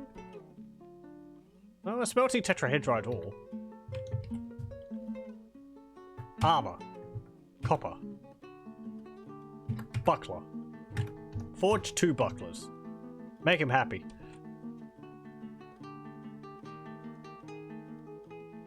And then, of course, he's going to forbid the trading of bucklers.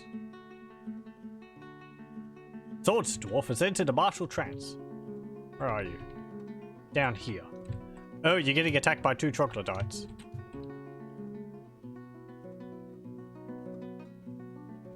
Okay. Let's see.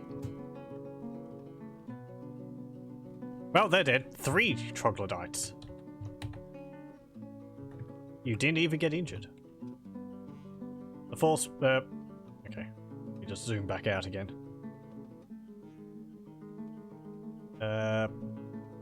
Troglodyte misses a Swords Dwarf. Swords Dwarf slashes the Troglodyte in the right upper leg with his persimmon wood shortsword. Oh, it's this dwarf with their persimmon wood shortsword. Jeez, they've just added like 3 Troglodytes to the list. It's a gelding blow. Ugh. Troglodyte's having trouble breathing. Troglodyte attacks the Swords Dwarf, but he jumps away. Troglodyte misses the Swords Dwarf. Swords Dwarf slashes the Troglodyte in the left lower leg with his persimmon wood shortsword. The Troglodyte The sword dwarf latches on firmly. Bites the troglodyte into the thumb. Can't remove the dwarf. Shakes the dwarf. Sword dwarf shakes the troglodyte around by the thumb, and it's severed. The thumb is ripped away and remains in the sword dwarf's grip, i.e. in his mouth. Does he spit it out afterwards? Sword dwarf lets the troglodyte thumb right hand drop away as he attacks. Yeah, okay. Sword dwarf bites the troglodyte in the first toe, left foot, tearing apart the muscle, latches on firmly, shakes the troglodyte around by the toe, rips off the toe. Troglodyte misses the sword dwarf. Sword dwarf slashes the troglodyte in the right upper arm with his sword, tearing a fat, bruising the muscle.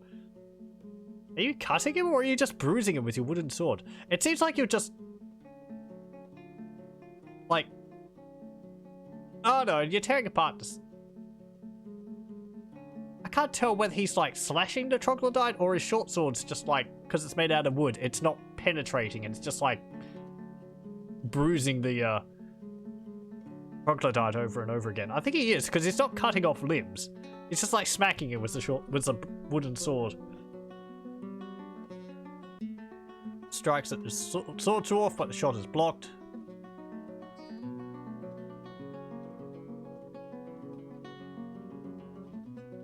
Free meal. I haven't seen him spit out that toe. It hasn't said that he's let the troglodyte's toe drop.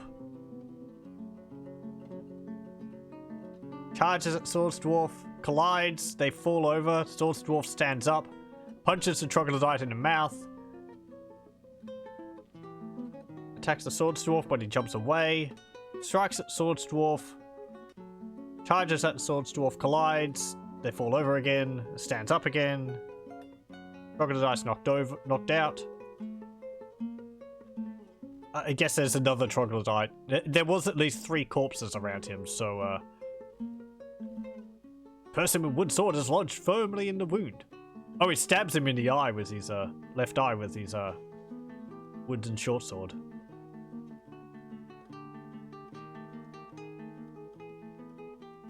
Pulls on the embedded short sword, gains possession of it again. Charges at him. Looks surprised by the ferocity of the sword dwarf onslaught. Collides with the troglodyte, falls over. Troglodyte looks sick. Left the martial trance. Where did he enter the martial trance? Martial trance.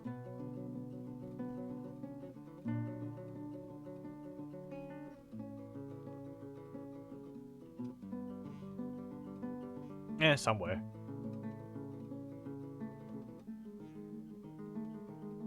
And it's just the sword dwarf stabbing the troglodyte over and over and over and over and over again. Death is all around me. I'm so distressed by this. There you are. Stukos Meb Zuth Tolun. Have no injuries. That's impressive. How are you? Gruesome wounds! Begone fear! He's afraid after experiencing trauma. He is distressed after seeing a troglodyte die. Yeah, well. He's 48 years old. He is indefatigable, but he is susceptible to disease. Okay. Let's see your kills. 8 kills. 1 giant olm, female. 1 giant olm, male. 4 troglodytes, male. And 2 troglodytes, female. Have you named your sword? No, you haven't. Base value is 14. The person with wood short sword. Yeah. 8 kills. Well done. He murdered a bunch and felt bad about it. Yeah, well, I don't know. I suppose the martial trance is just sort of... I was surrounded by troglodytes, then everything went fuzzy, and I can't really remember what happened, but when I, regained awareness, there was 3 dead troglodytes around me. Don't know what happened. Just googled an Olm to get a visual and was not disappointed. Yeah, they're like Olms are like what are they called?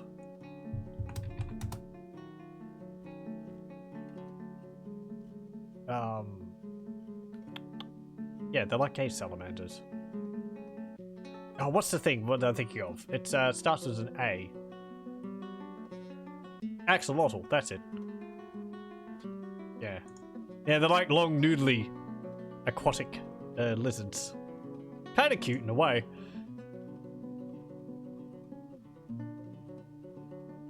Like albino salamanders. Yeah. Anything else going on? Okay, we made those bucklers, so he's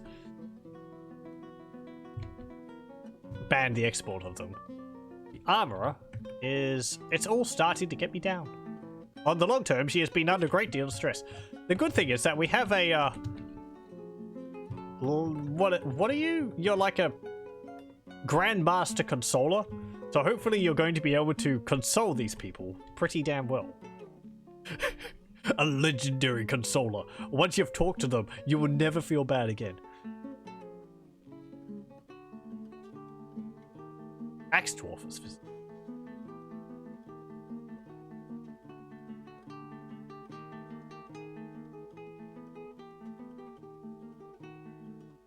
Axolotls can regenerate pretty much any non-lethal damage. Really adorable critters. I would like one as a pet. Axolotls are pretty cute. I like their external gills they have. They have like, I think 6 like little ferny fronds on the sides of their heads.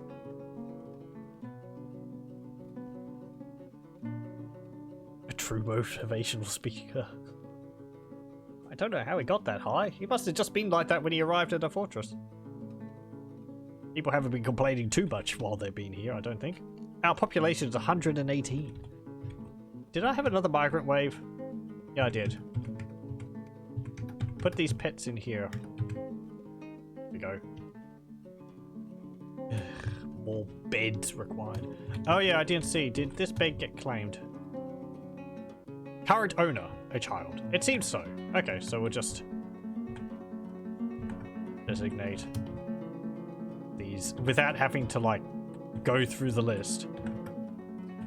God, it's such a time saver. Thank you for mentioning that.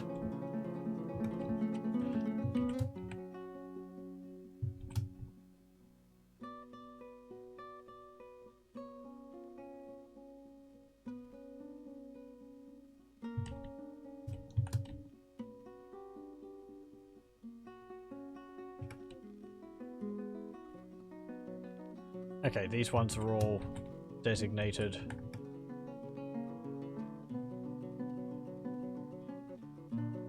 Ones aren't. There we go. Does that mean that the children are going to get a bed? Maybe. Okay, we should probably actually get some let's see. Copper bolts.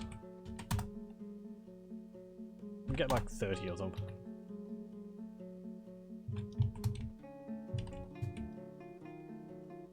Okay, how many more are we going to be smelting tetrahedrite? 20. Maybe not 30 of them.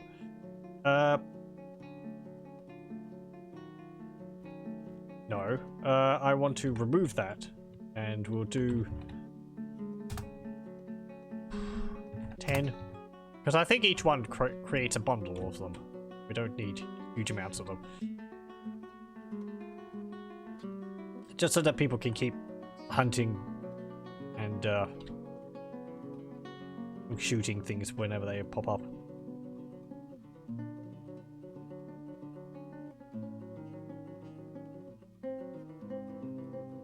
Okay. What are you doing? You're gathering plants. How great it is to be surrounded by family.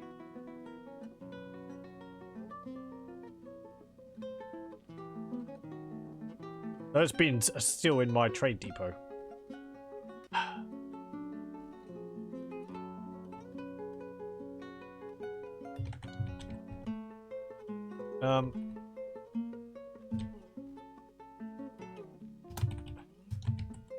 Start smoothing this out. If you can, you might not be able to reach behind some of the workshops.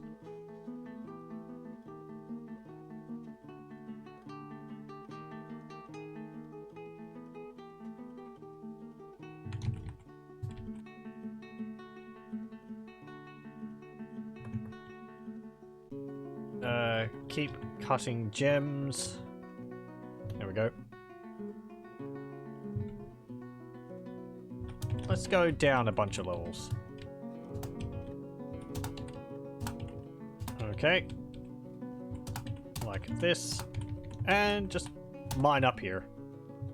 Let's see what resources we can find around here. Probably just more of the same. Gold, tetrahedrite. Yep.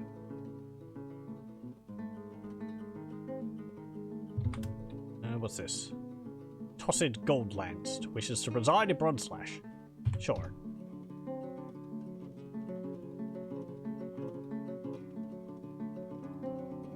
Chief Medical Dwarf cancels dress wound. Need cloth.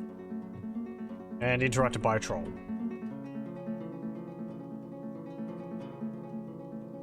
Dear. You're, getting attacked by a troll. And you're dead. Well.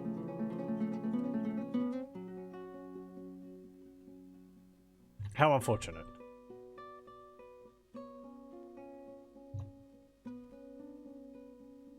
Hope someone could deal with that troll. That was tetrahedrite, wasn't it? Yes, it was.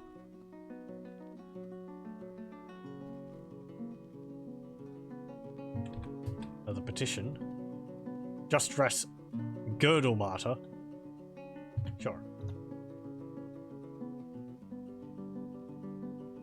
If these monster hunters keep arriving, I'll keep accepting them. They're keeping the trolls mostly out of my fortress. Lula Muffle. Giant case swallow. Giant grackle. What the heck's a grackle? A huge monster in the form of a grackle. Okay.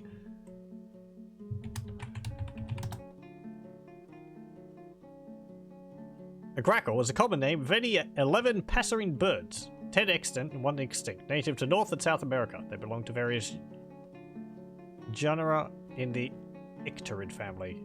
In all the species with the name, adult males have black or mostly black plumage. Oh, okay. Yeah, okay. They're like a... what?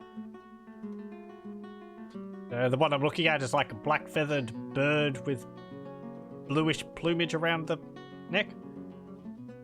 Bird, like a starling. Okay. Huh. Interesting. What's this? This article is about birds. For US Navy ships, see USS Grackle. For a version of the memory PCI controller codenamed Grackle, see Power Macintosh G3, blue and white. Okay. So they're just giant birds. They're 3 times as long as a sparrow with an attitude halfway between a pigeon and a crow.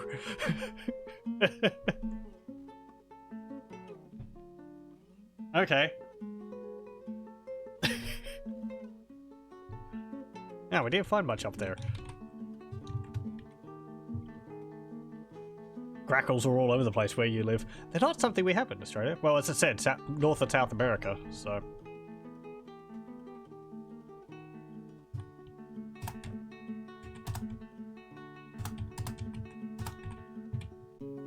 I guess... let's see. Something around that might be a wattlebird, maybe? Wattlebirds are... they're probably a bit more aggressive than that, though. They don't actively attack people, but they have been swooping pigeons in the backyard because they're nesting in the general vicinity.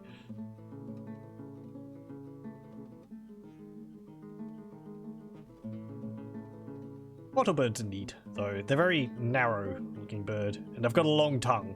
You use it to, I suppose, drink nectar out of plants. Hey, copper bolts are finished. They make crazy weird sci-fi sounds in the spring.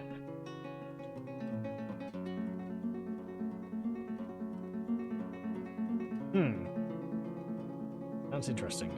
Can't actually remember what the sound a wattlebird make.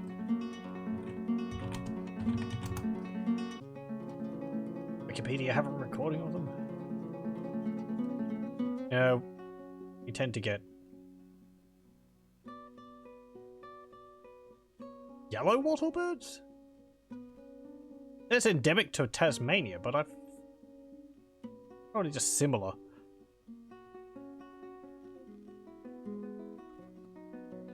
Little wattlebird. That might be it. Yeah. Anyway, whatever. Birds.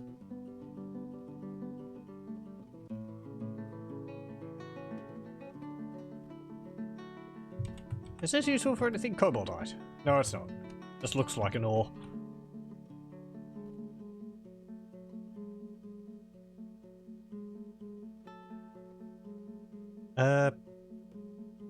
I might actually want to go up to there.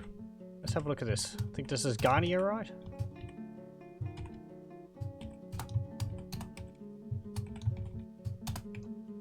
What else have we got here? Rattlesnake.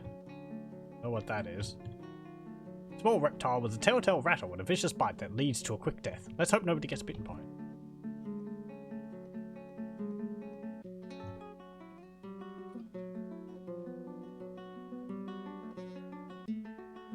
Base dwarf has entered a martial trance.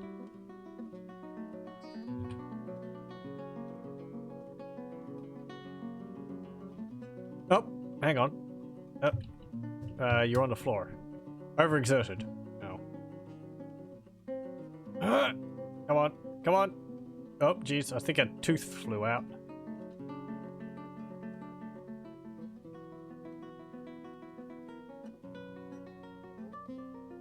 It's not looking good. There's 2 troglodytes versus 1 dwarf.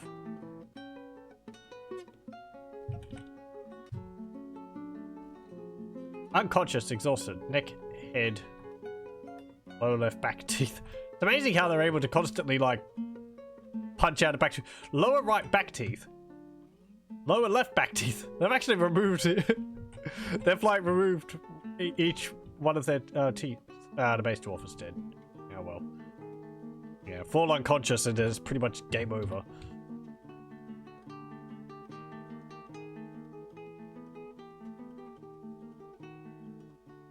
That wasn't our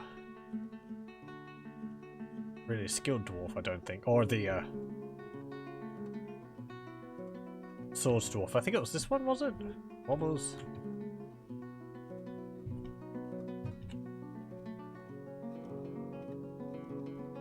Nope, you've got a steel short sword. Where's the one with the persimmon?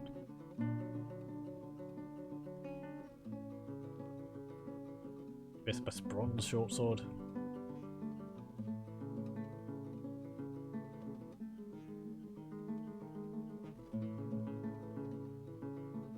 What was this? Stukos. Yeah. I should give you a nickname.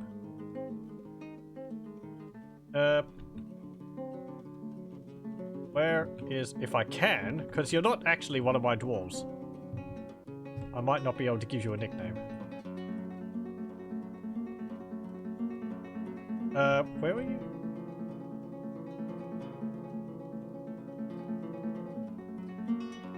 Bomberek Stukos. There we go. No, I can. Nickname. No.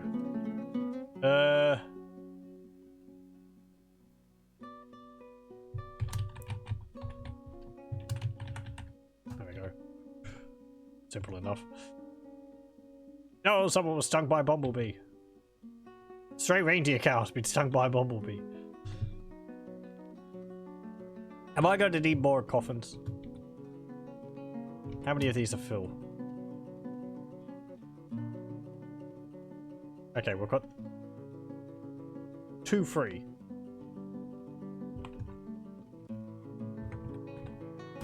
Yeah, put in an order for another 10. Oh, and our mining, how's that going? Mining, there we go. You're not up there yet. There hasn't been any... The mayor's been re-elected, that's good to know. Because they're so good at consoling. Just the brewer cancelling brewing.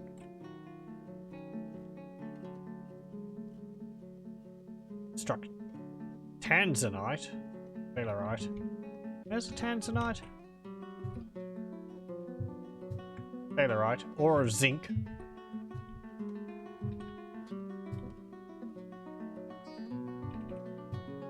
Orthoclase. Is it along the walls here? East. Gabbro. Quartzite. East.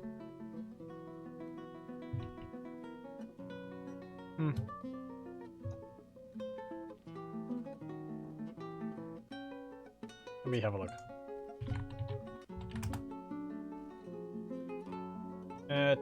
Tanzanite. Oh, hang on. What was it? Tanzanite. Is this something useful? Oh, it's a semi-valuable gem that can be found in metamorphic layers as well as within gabbro. Okay.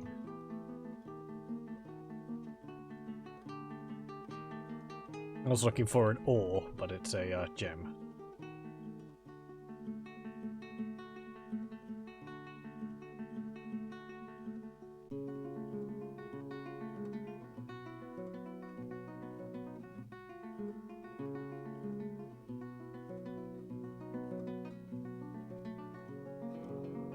We're going for time. Okay. Oh. Interrupted by a wombat?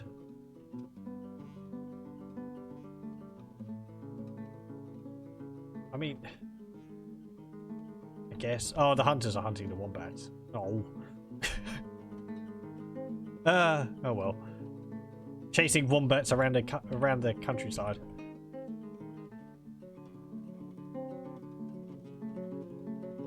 Hey, we've got some of the garnierite. Ore of nickel. Maybe that could be useful. What could you do with nickel? Let's see. I spelled that wrong. How was it? Oh, I didn't. Okay. There we go.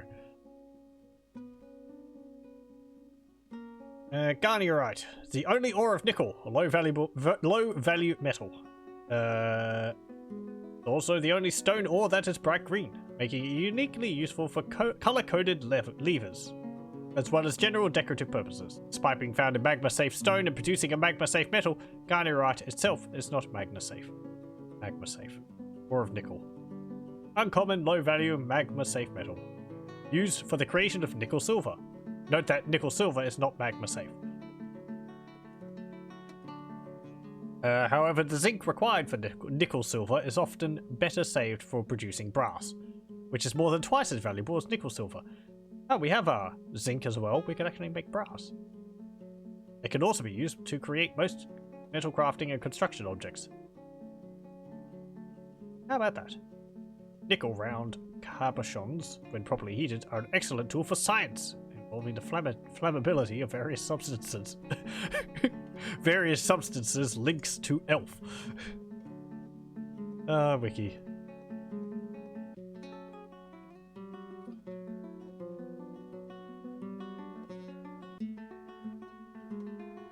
I guess we can smelt some brass. Let's see. Smelt garnierite ore. Smelt 5 of it. And what was the other one? Ore of zinc. Where was it? It was sphalerite. There we go.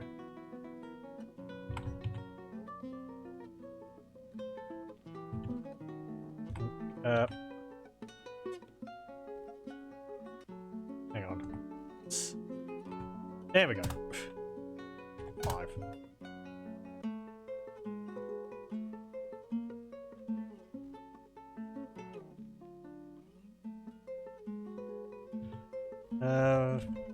Okay. Can I see my stores yet? How much stocks? How much I have 199 bars of coke and 9 bars of charcoal. Okay, that's good.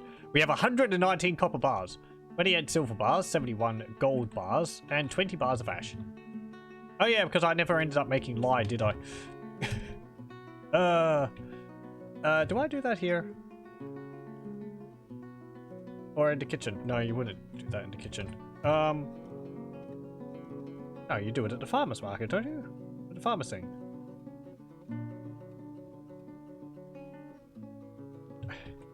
Hang on.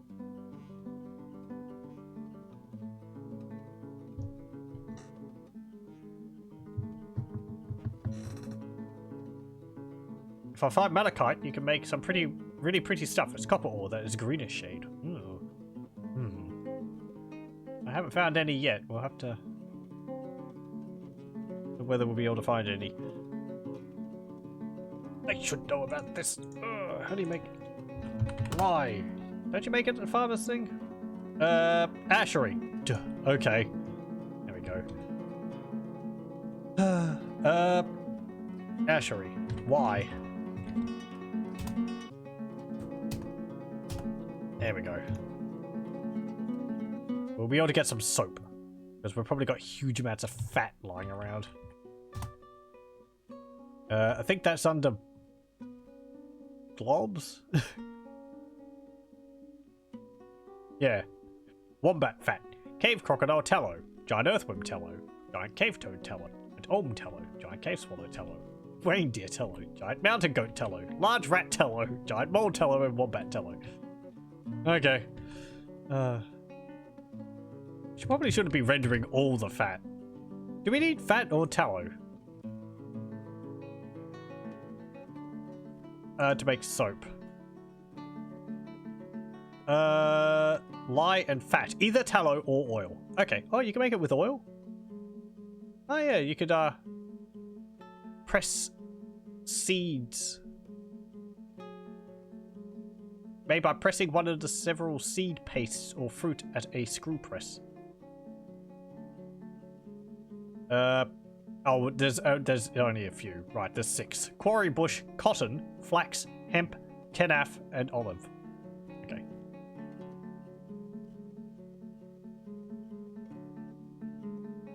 Okay, fine.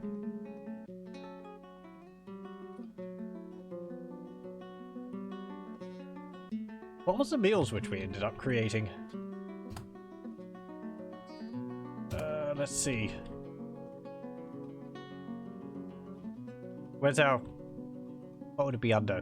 Cooked meals? Food? Prepared meals. There we go. We've got 5 of them left. We can have a look at what we had created.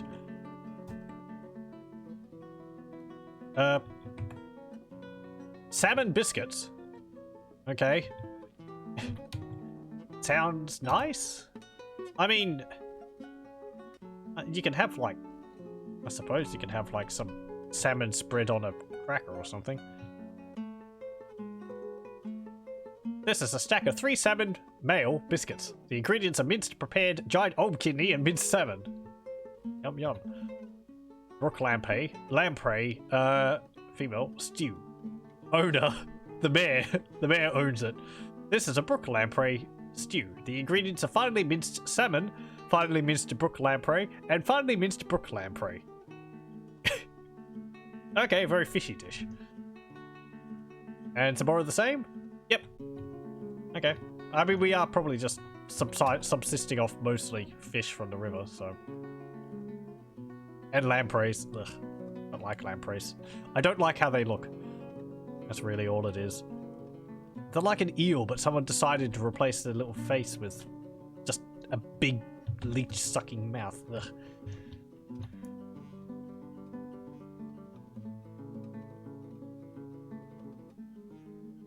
Ugh. I should probably prepare some more meals. More fine meals. There we go. Okay, you're constructing that up there? Good. Having to haul some gold out of there. Damn gold, it gets everywhere. There we go. Make lye. Actually, let's do it this way. Make lye. I guess 10?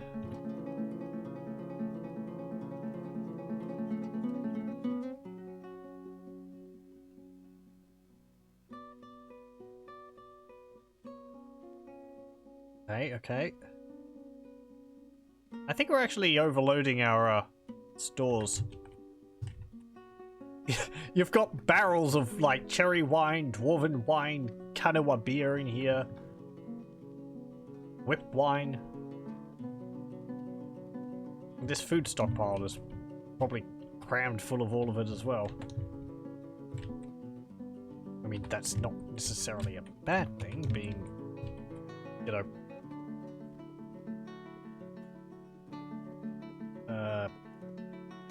and there's not a way to, like, check a, or what's it stored in a single stockpile. Rendered fat barrel. Meat barrel.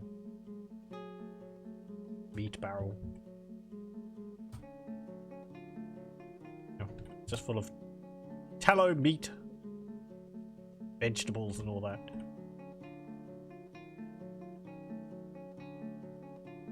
We've got a varied diet.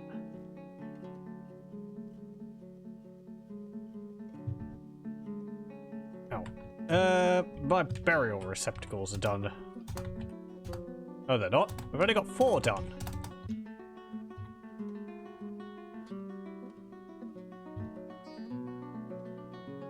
Come on, who's being slow?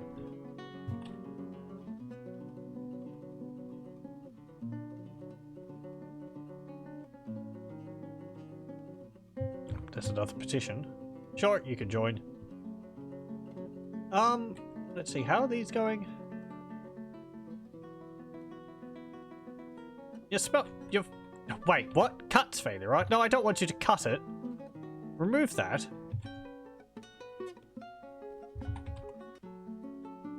Smelt it. 10. Cutting's failure, right? I mean, you can. We could cut the gold.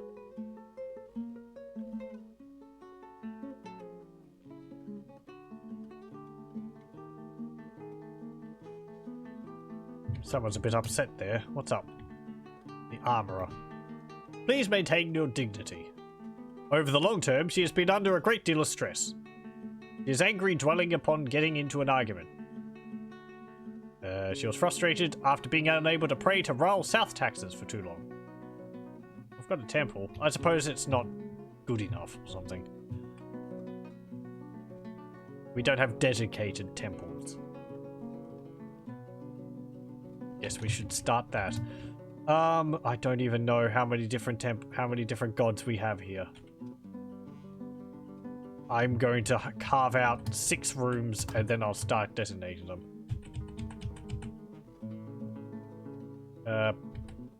5 by 5 rooms.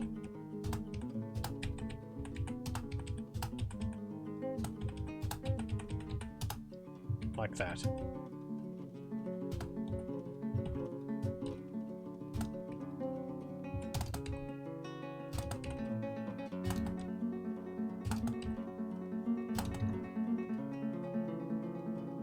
Well, 5 rooms, not 6 rooms. Whatever. Dismayed. Oh dear.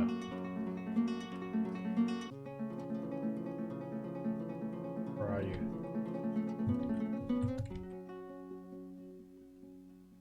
Not you. Who was it? Libash Vetikled.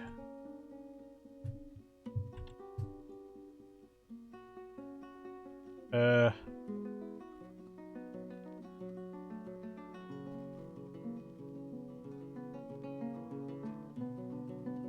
seeds. Oh, well. It's a great day when we all get the chance to be married together. It's great when we all get the chance to be married together. She is dismayed, reliving... Dot. Okay. She was bored after a lack of abstract thinking for too long. I guess that means that we need some books or something. She was bored after being unable to hear eloquent speech for so long.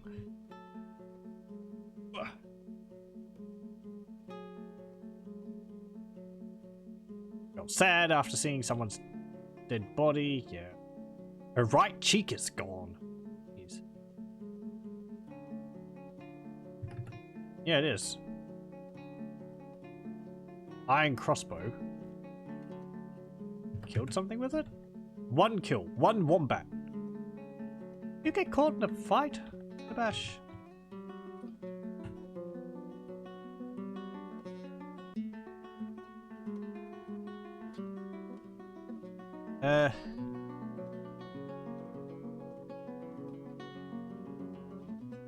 Planter. No recent announcements. Yeah. I guess this just removed the log.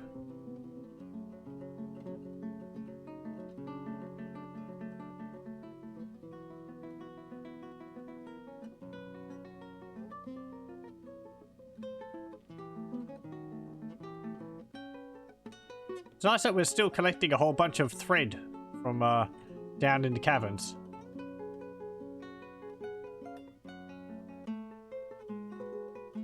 Who's leaving thread all over the tables in the hospital?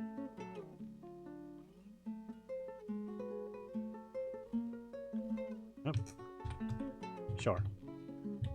We just had someone go into the mayor's office. Unib here. Otung Libash, the bow dwarf. You have a maple bow. Image of a citron tree in ash.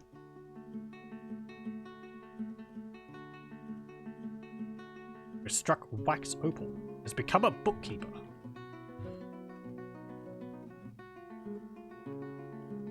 Okay, fine. So we'll mine out some of these. We'll probably finish this next time. Because it's getting rather late now. Oh, what's this? The Forgotten Beast. As I just, you know, I'm sure I can hear us. The Forgotten Beast Zag's stock has come, a great hairy earthworm. It has a spiral shell and it appears to be emaciated. Its pumpkin hair is patchy. Beware its deadly spittle. Oh, great.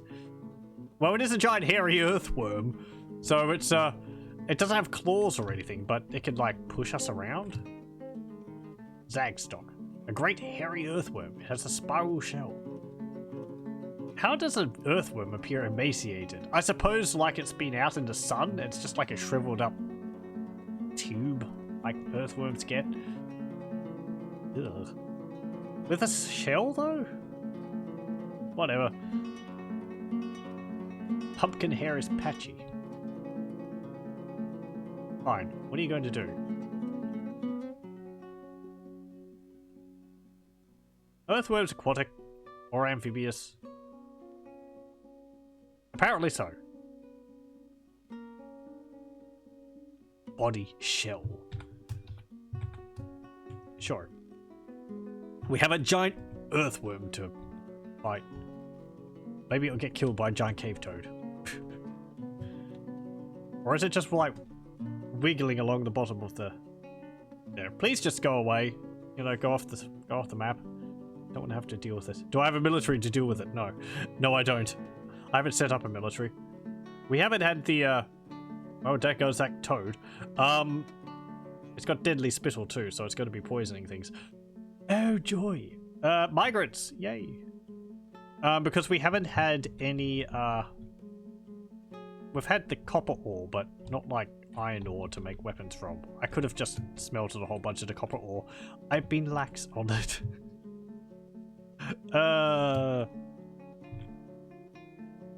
Let's see, a giant earthworm. Just attack it with axes or something. It doesn't have any, like... It's not like it's got, like, armor. It's got a shell. Silver maces. We do have some silver. Silver maces are powerful if you remember correctly. Yeah, because silver's quite heavy.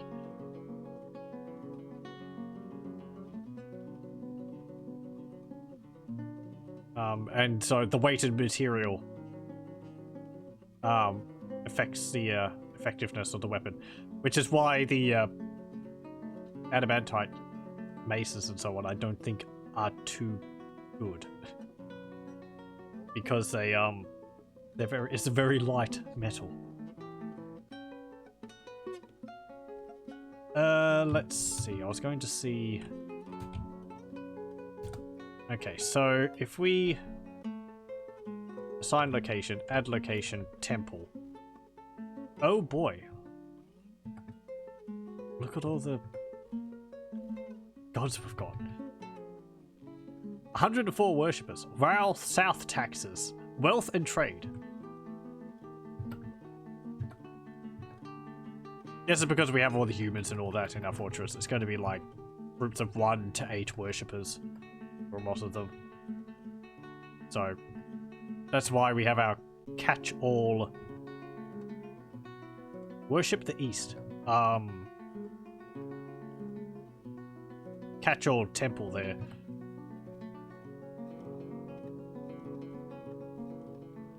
Two, 3, 4, 5, 6, 7, 8, 9. Yeah, I guess we could have like 9 temples to the not the chaos gods, to the dwarven gods. Chaos gods. Where's that earthworm? Hairy earthworm.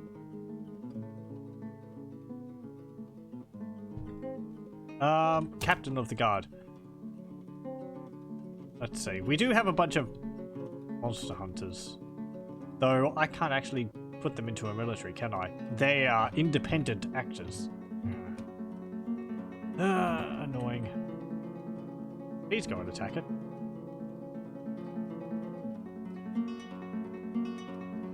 Weight is really important for blunt weapon, sharpness more for cutting. Yeah. Wandering along. Corn? Armok is a pretty chaotic god. Yeah, well, there's a lot of death in Dwarf Fortress. When things go bad. Not so much disease. We don't really have Nurgle. I mean, there's the clouds in the evil biomes, but you don't really get, like, illnesses amongst your dwarves, thankfully. Though they can become infected by, like, a deadly cloud and then, you know, spread it to other people because they emanate the cloud.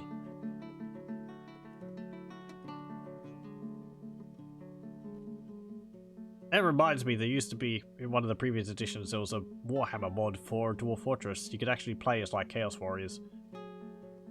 And dwarves and all that. I think it actually even had, for a Chaos Warriors, you could, sacrifice, people to the Chaos Gods and get blessings on weapons and all that.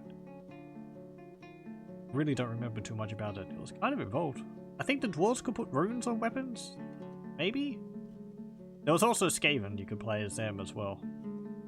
And mine Warpstone. That was pretty neat.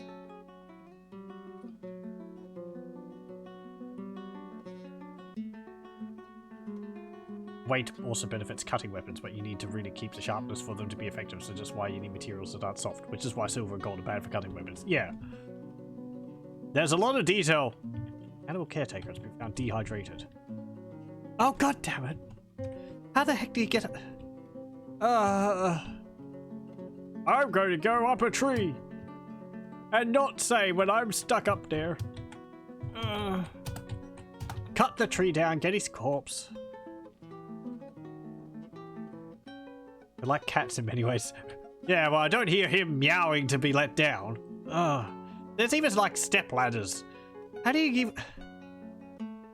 It's like a Kia appears and he gets scared and runs up a tree and he's just sitting up there forever. Hey, we got our copper battle axes.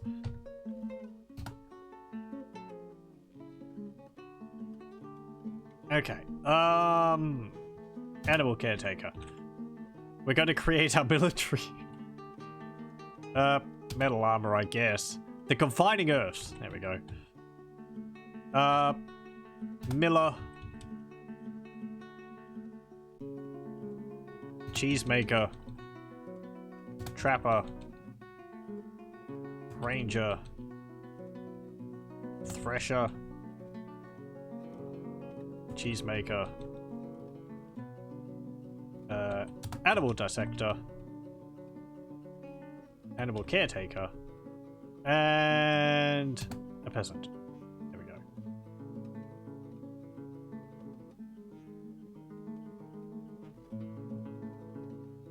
Get DF hack. Yeah. I know. There's probably things to help with a you know, and mods like that. I don't know. I don't play with any of them. I've never really. I think I might have tried them a bit in the past, but re-downloaded them and all that. So I just tend to play it as a base game. There are many ways to get up a tree. Tony still thinks it's rare enough, though. I suppose in the grand scheme of things, I mean, there's only one in this fortress. I have had it happen in other fortresses before, though, which I've streamed. Yeah, whatever. Is he down now? That was the right tree, wasn't it? Yeah. Yeah, there he is. Go on, go and stuff him inside a coffin.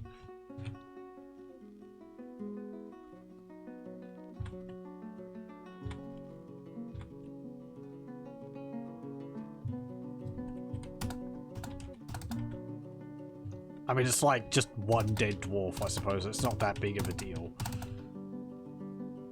It's just silly. Like the dwarves building walls are getting stuck on the other side of it, or mining themselves in, or walling themselves in. Cancels give water? Interrupted by troll?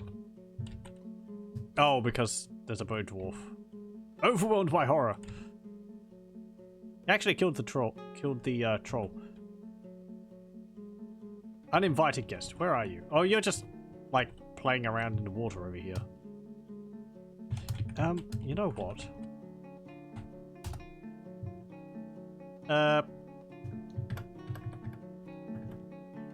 Do this. There might be another way to get around here. But, if it's just that narrow pass there, there's actually another one down here. But, oh, and over there too. And there's multiple ways to get over there. We can just wall it up, wall it off.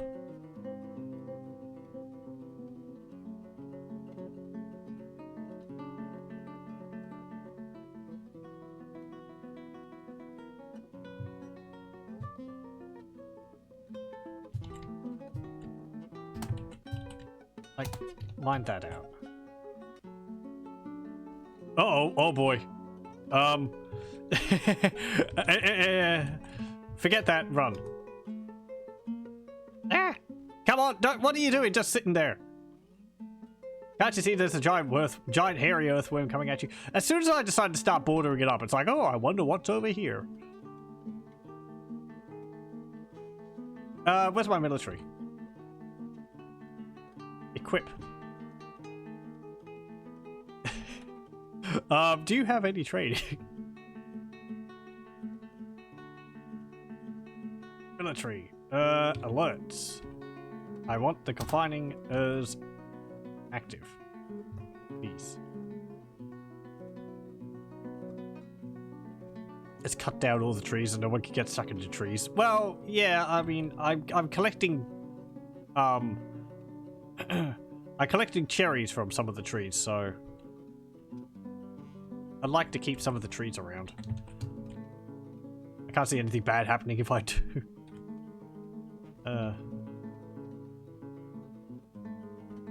wandering up there now.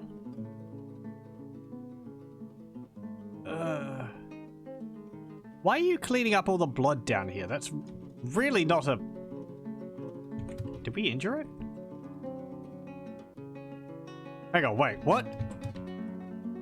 Holy crap, it just got killed. The human spearman jumps away from the flying Zagstock's Forgotten Beast extract. The Forgotten Beast attacks the human spearman, but she jumps away. Forgotten Beast breathes a glob of extract. Extract misses the human spearman. Misses the human spearman. Human spearman punches the Forgotten Beast in the shell with the left hand, but the attack lances away. Strikes at the human spearman, but shot is blocked. Stabs the Forgotten Beast in the body with her iron spear, tearing the muscle and tearing the guts. Lodged firmly in the wound. It falls over. Somehow. With a giant earthworm.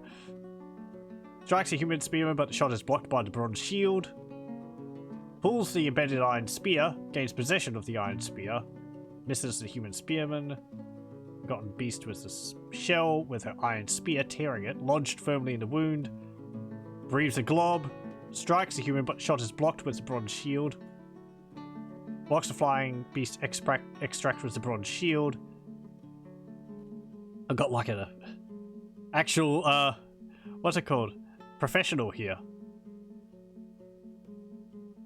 Stabs, misses, kicks, stabs, lodged firmly in the wound, pulls on it, gains possession, stabs the Forgotten Beast in the body with her thing, and the injured part is cloven asunder. The artery has been opened by the attack. Well, how about that? Tista. Darmad Nurno. Okay. I'll give you a name. Where are you? Human Spear Dwarf. Or Spearman. Where are you?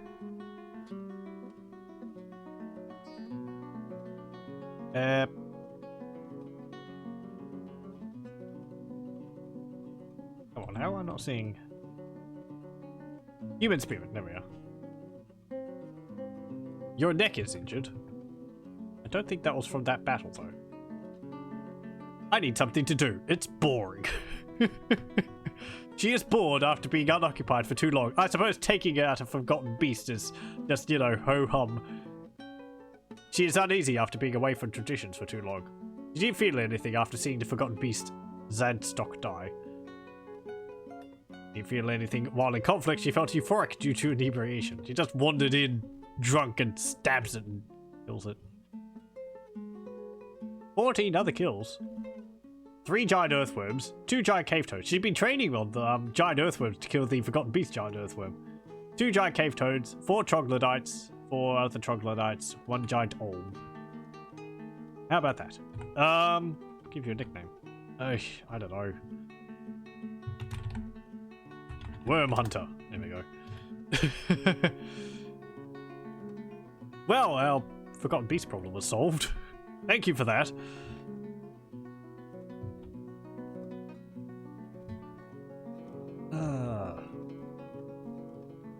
Let's hope you continue surviving and hanging around. What's that?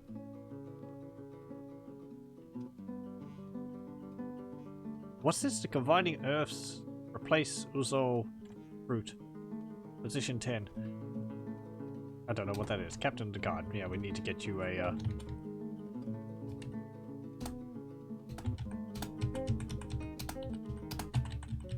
series of rooms as well. So we'll set you up over here. Like that. Though, I think interrupted by giant cave toad. Giant cave toads! Oh no, you're injured. Your right knee is injured.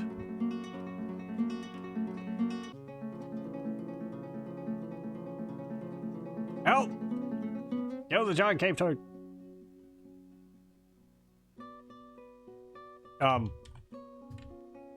I saw someone charge in there.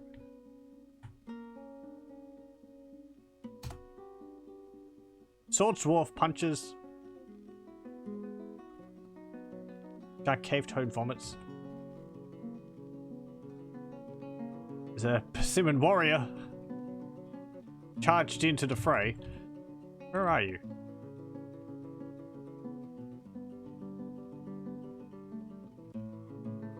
All right, aren't you? Things just keep happening. Yeah, you're still there. You're not on the deceased list.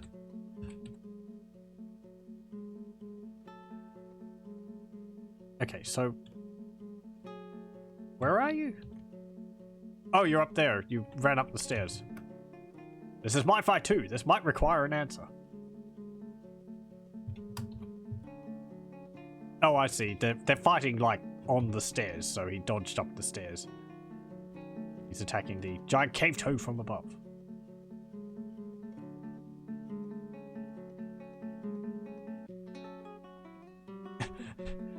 They're lugging the forgotten beast corpse all the way to my fortress. It's good eating on one of those. Another giant cave toad. Whatever.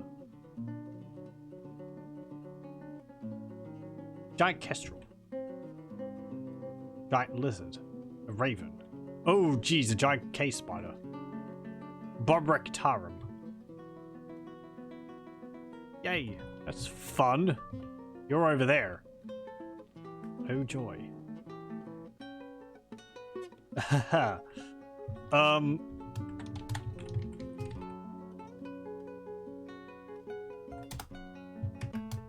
just going to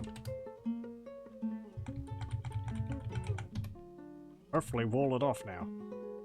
Nobody goes over there. They'll probably find another way around, but you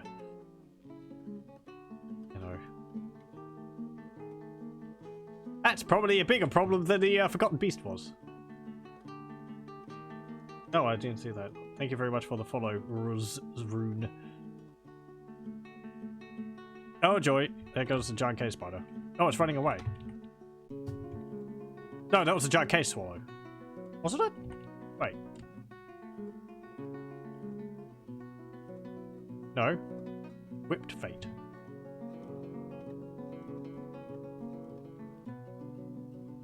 Come on, come on, come on! Wall it up, wall it up, wall it up, wall it up, wall it up!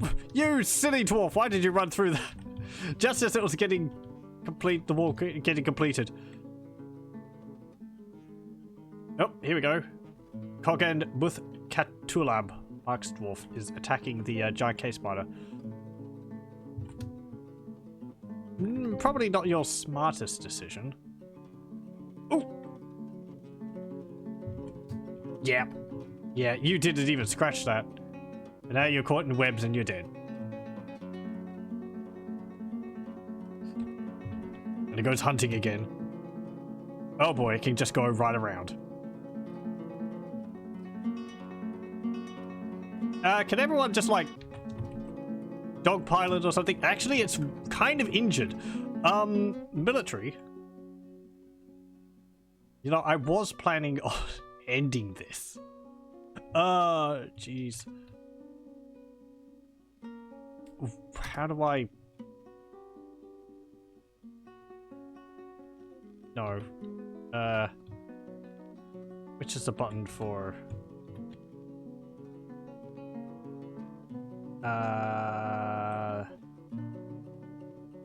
Squads. There we go. I mean, it's currently crawling around on the floor. That means it's slightly weaker. Kill the giant cave spider, please. I know you have, like, copper short swords, but... has been injured. Not that it cares. Giant cave spiders feel no pain. If enough of us dogpile it, perhaps we can kill it. Just have to cut off all of its limbs. Recruit's been found dead. Good. Giant cave spider's dead. How many people died? Mark's dwarfs have been found dead. Recruit's been found dead. Blacksmith have been found dead. Okay. Our killed a person who was passing by. Okay. Oh well. Kind of a shame. It's got huge, nasty, sharp, pointy teeth. Ugh. Yep, making it up. You silly sod. Nearly sawed my armor, I was so scared. Okay.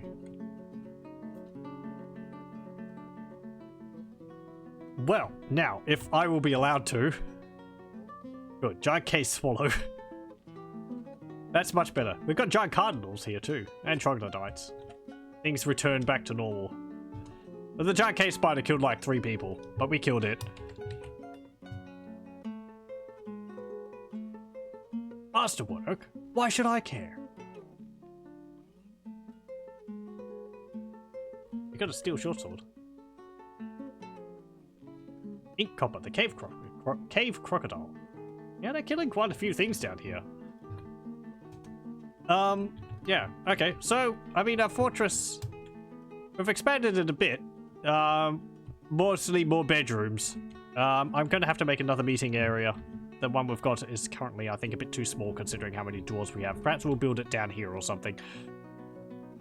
We've got a bit of a temple going on. We've got a cemetery area going on, or crypt. We got another guild hall, Rangers Guild Hall, but I don't know if we have too many rangers now, but they'll be practicing amongst each other. We started getting some gold items, some statues, and I think I built a bunch of gold mugs. Yeah, goblets. Oh, that's a gold chest. So, yeah. We have gold goblets somewhere in one of these bins. Armor bin. That's weapons. Yeah, there we go. Gold goblets. Wait, what was that? Hold on. Why is a person with wood? Oh no! Did that dwarf die? Bronze crossbow. Did a persimmon warrior die?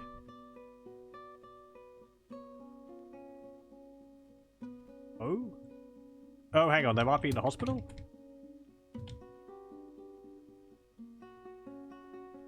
No, that's the butcher. Where are you? Why are you separated from your weapon?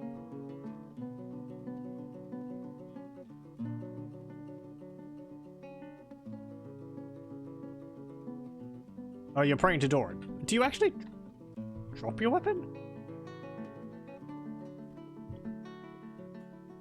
Oh, your hand was injured.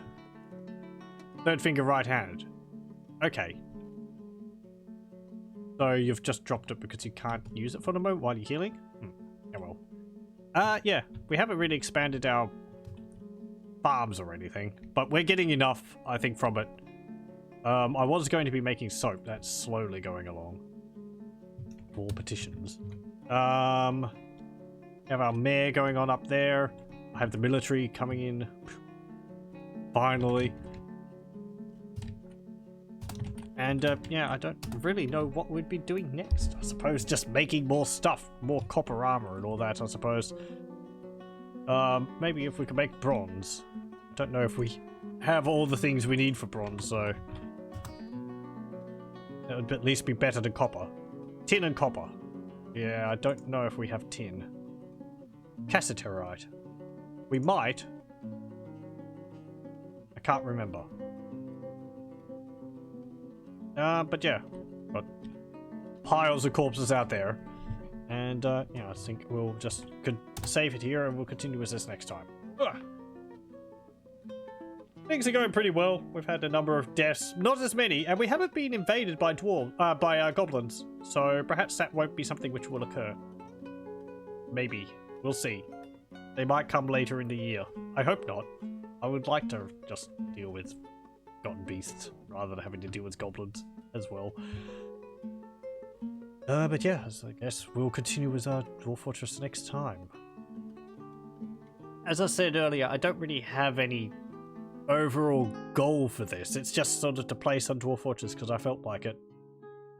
So we'll just keep going on until either I get bored and come up with something else to do, or until the fortress ends up crumbling. If I do end up calling it, we'll probably just, you know, leave the fortress to be running in the background, so that if I do another fortress at a future date, this one will still be going in the background and that. So, well, thank you very much for joining, and I hope you join me again next time.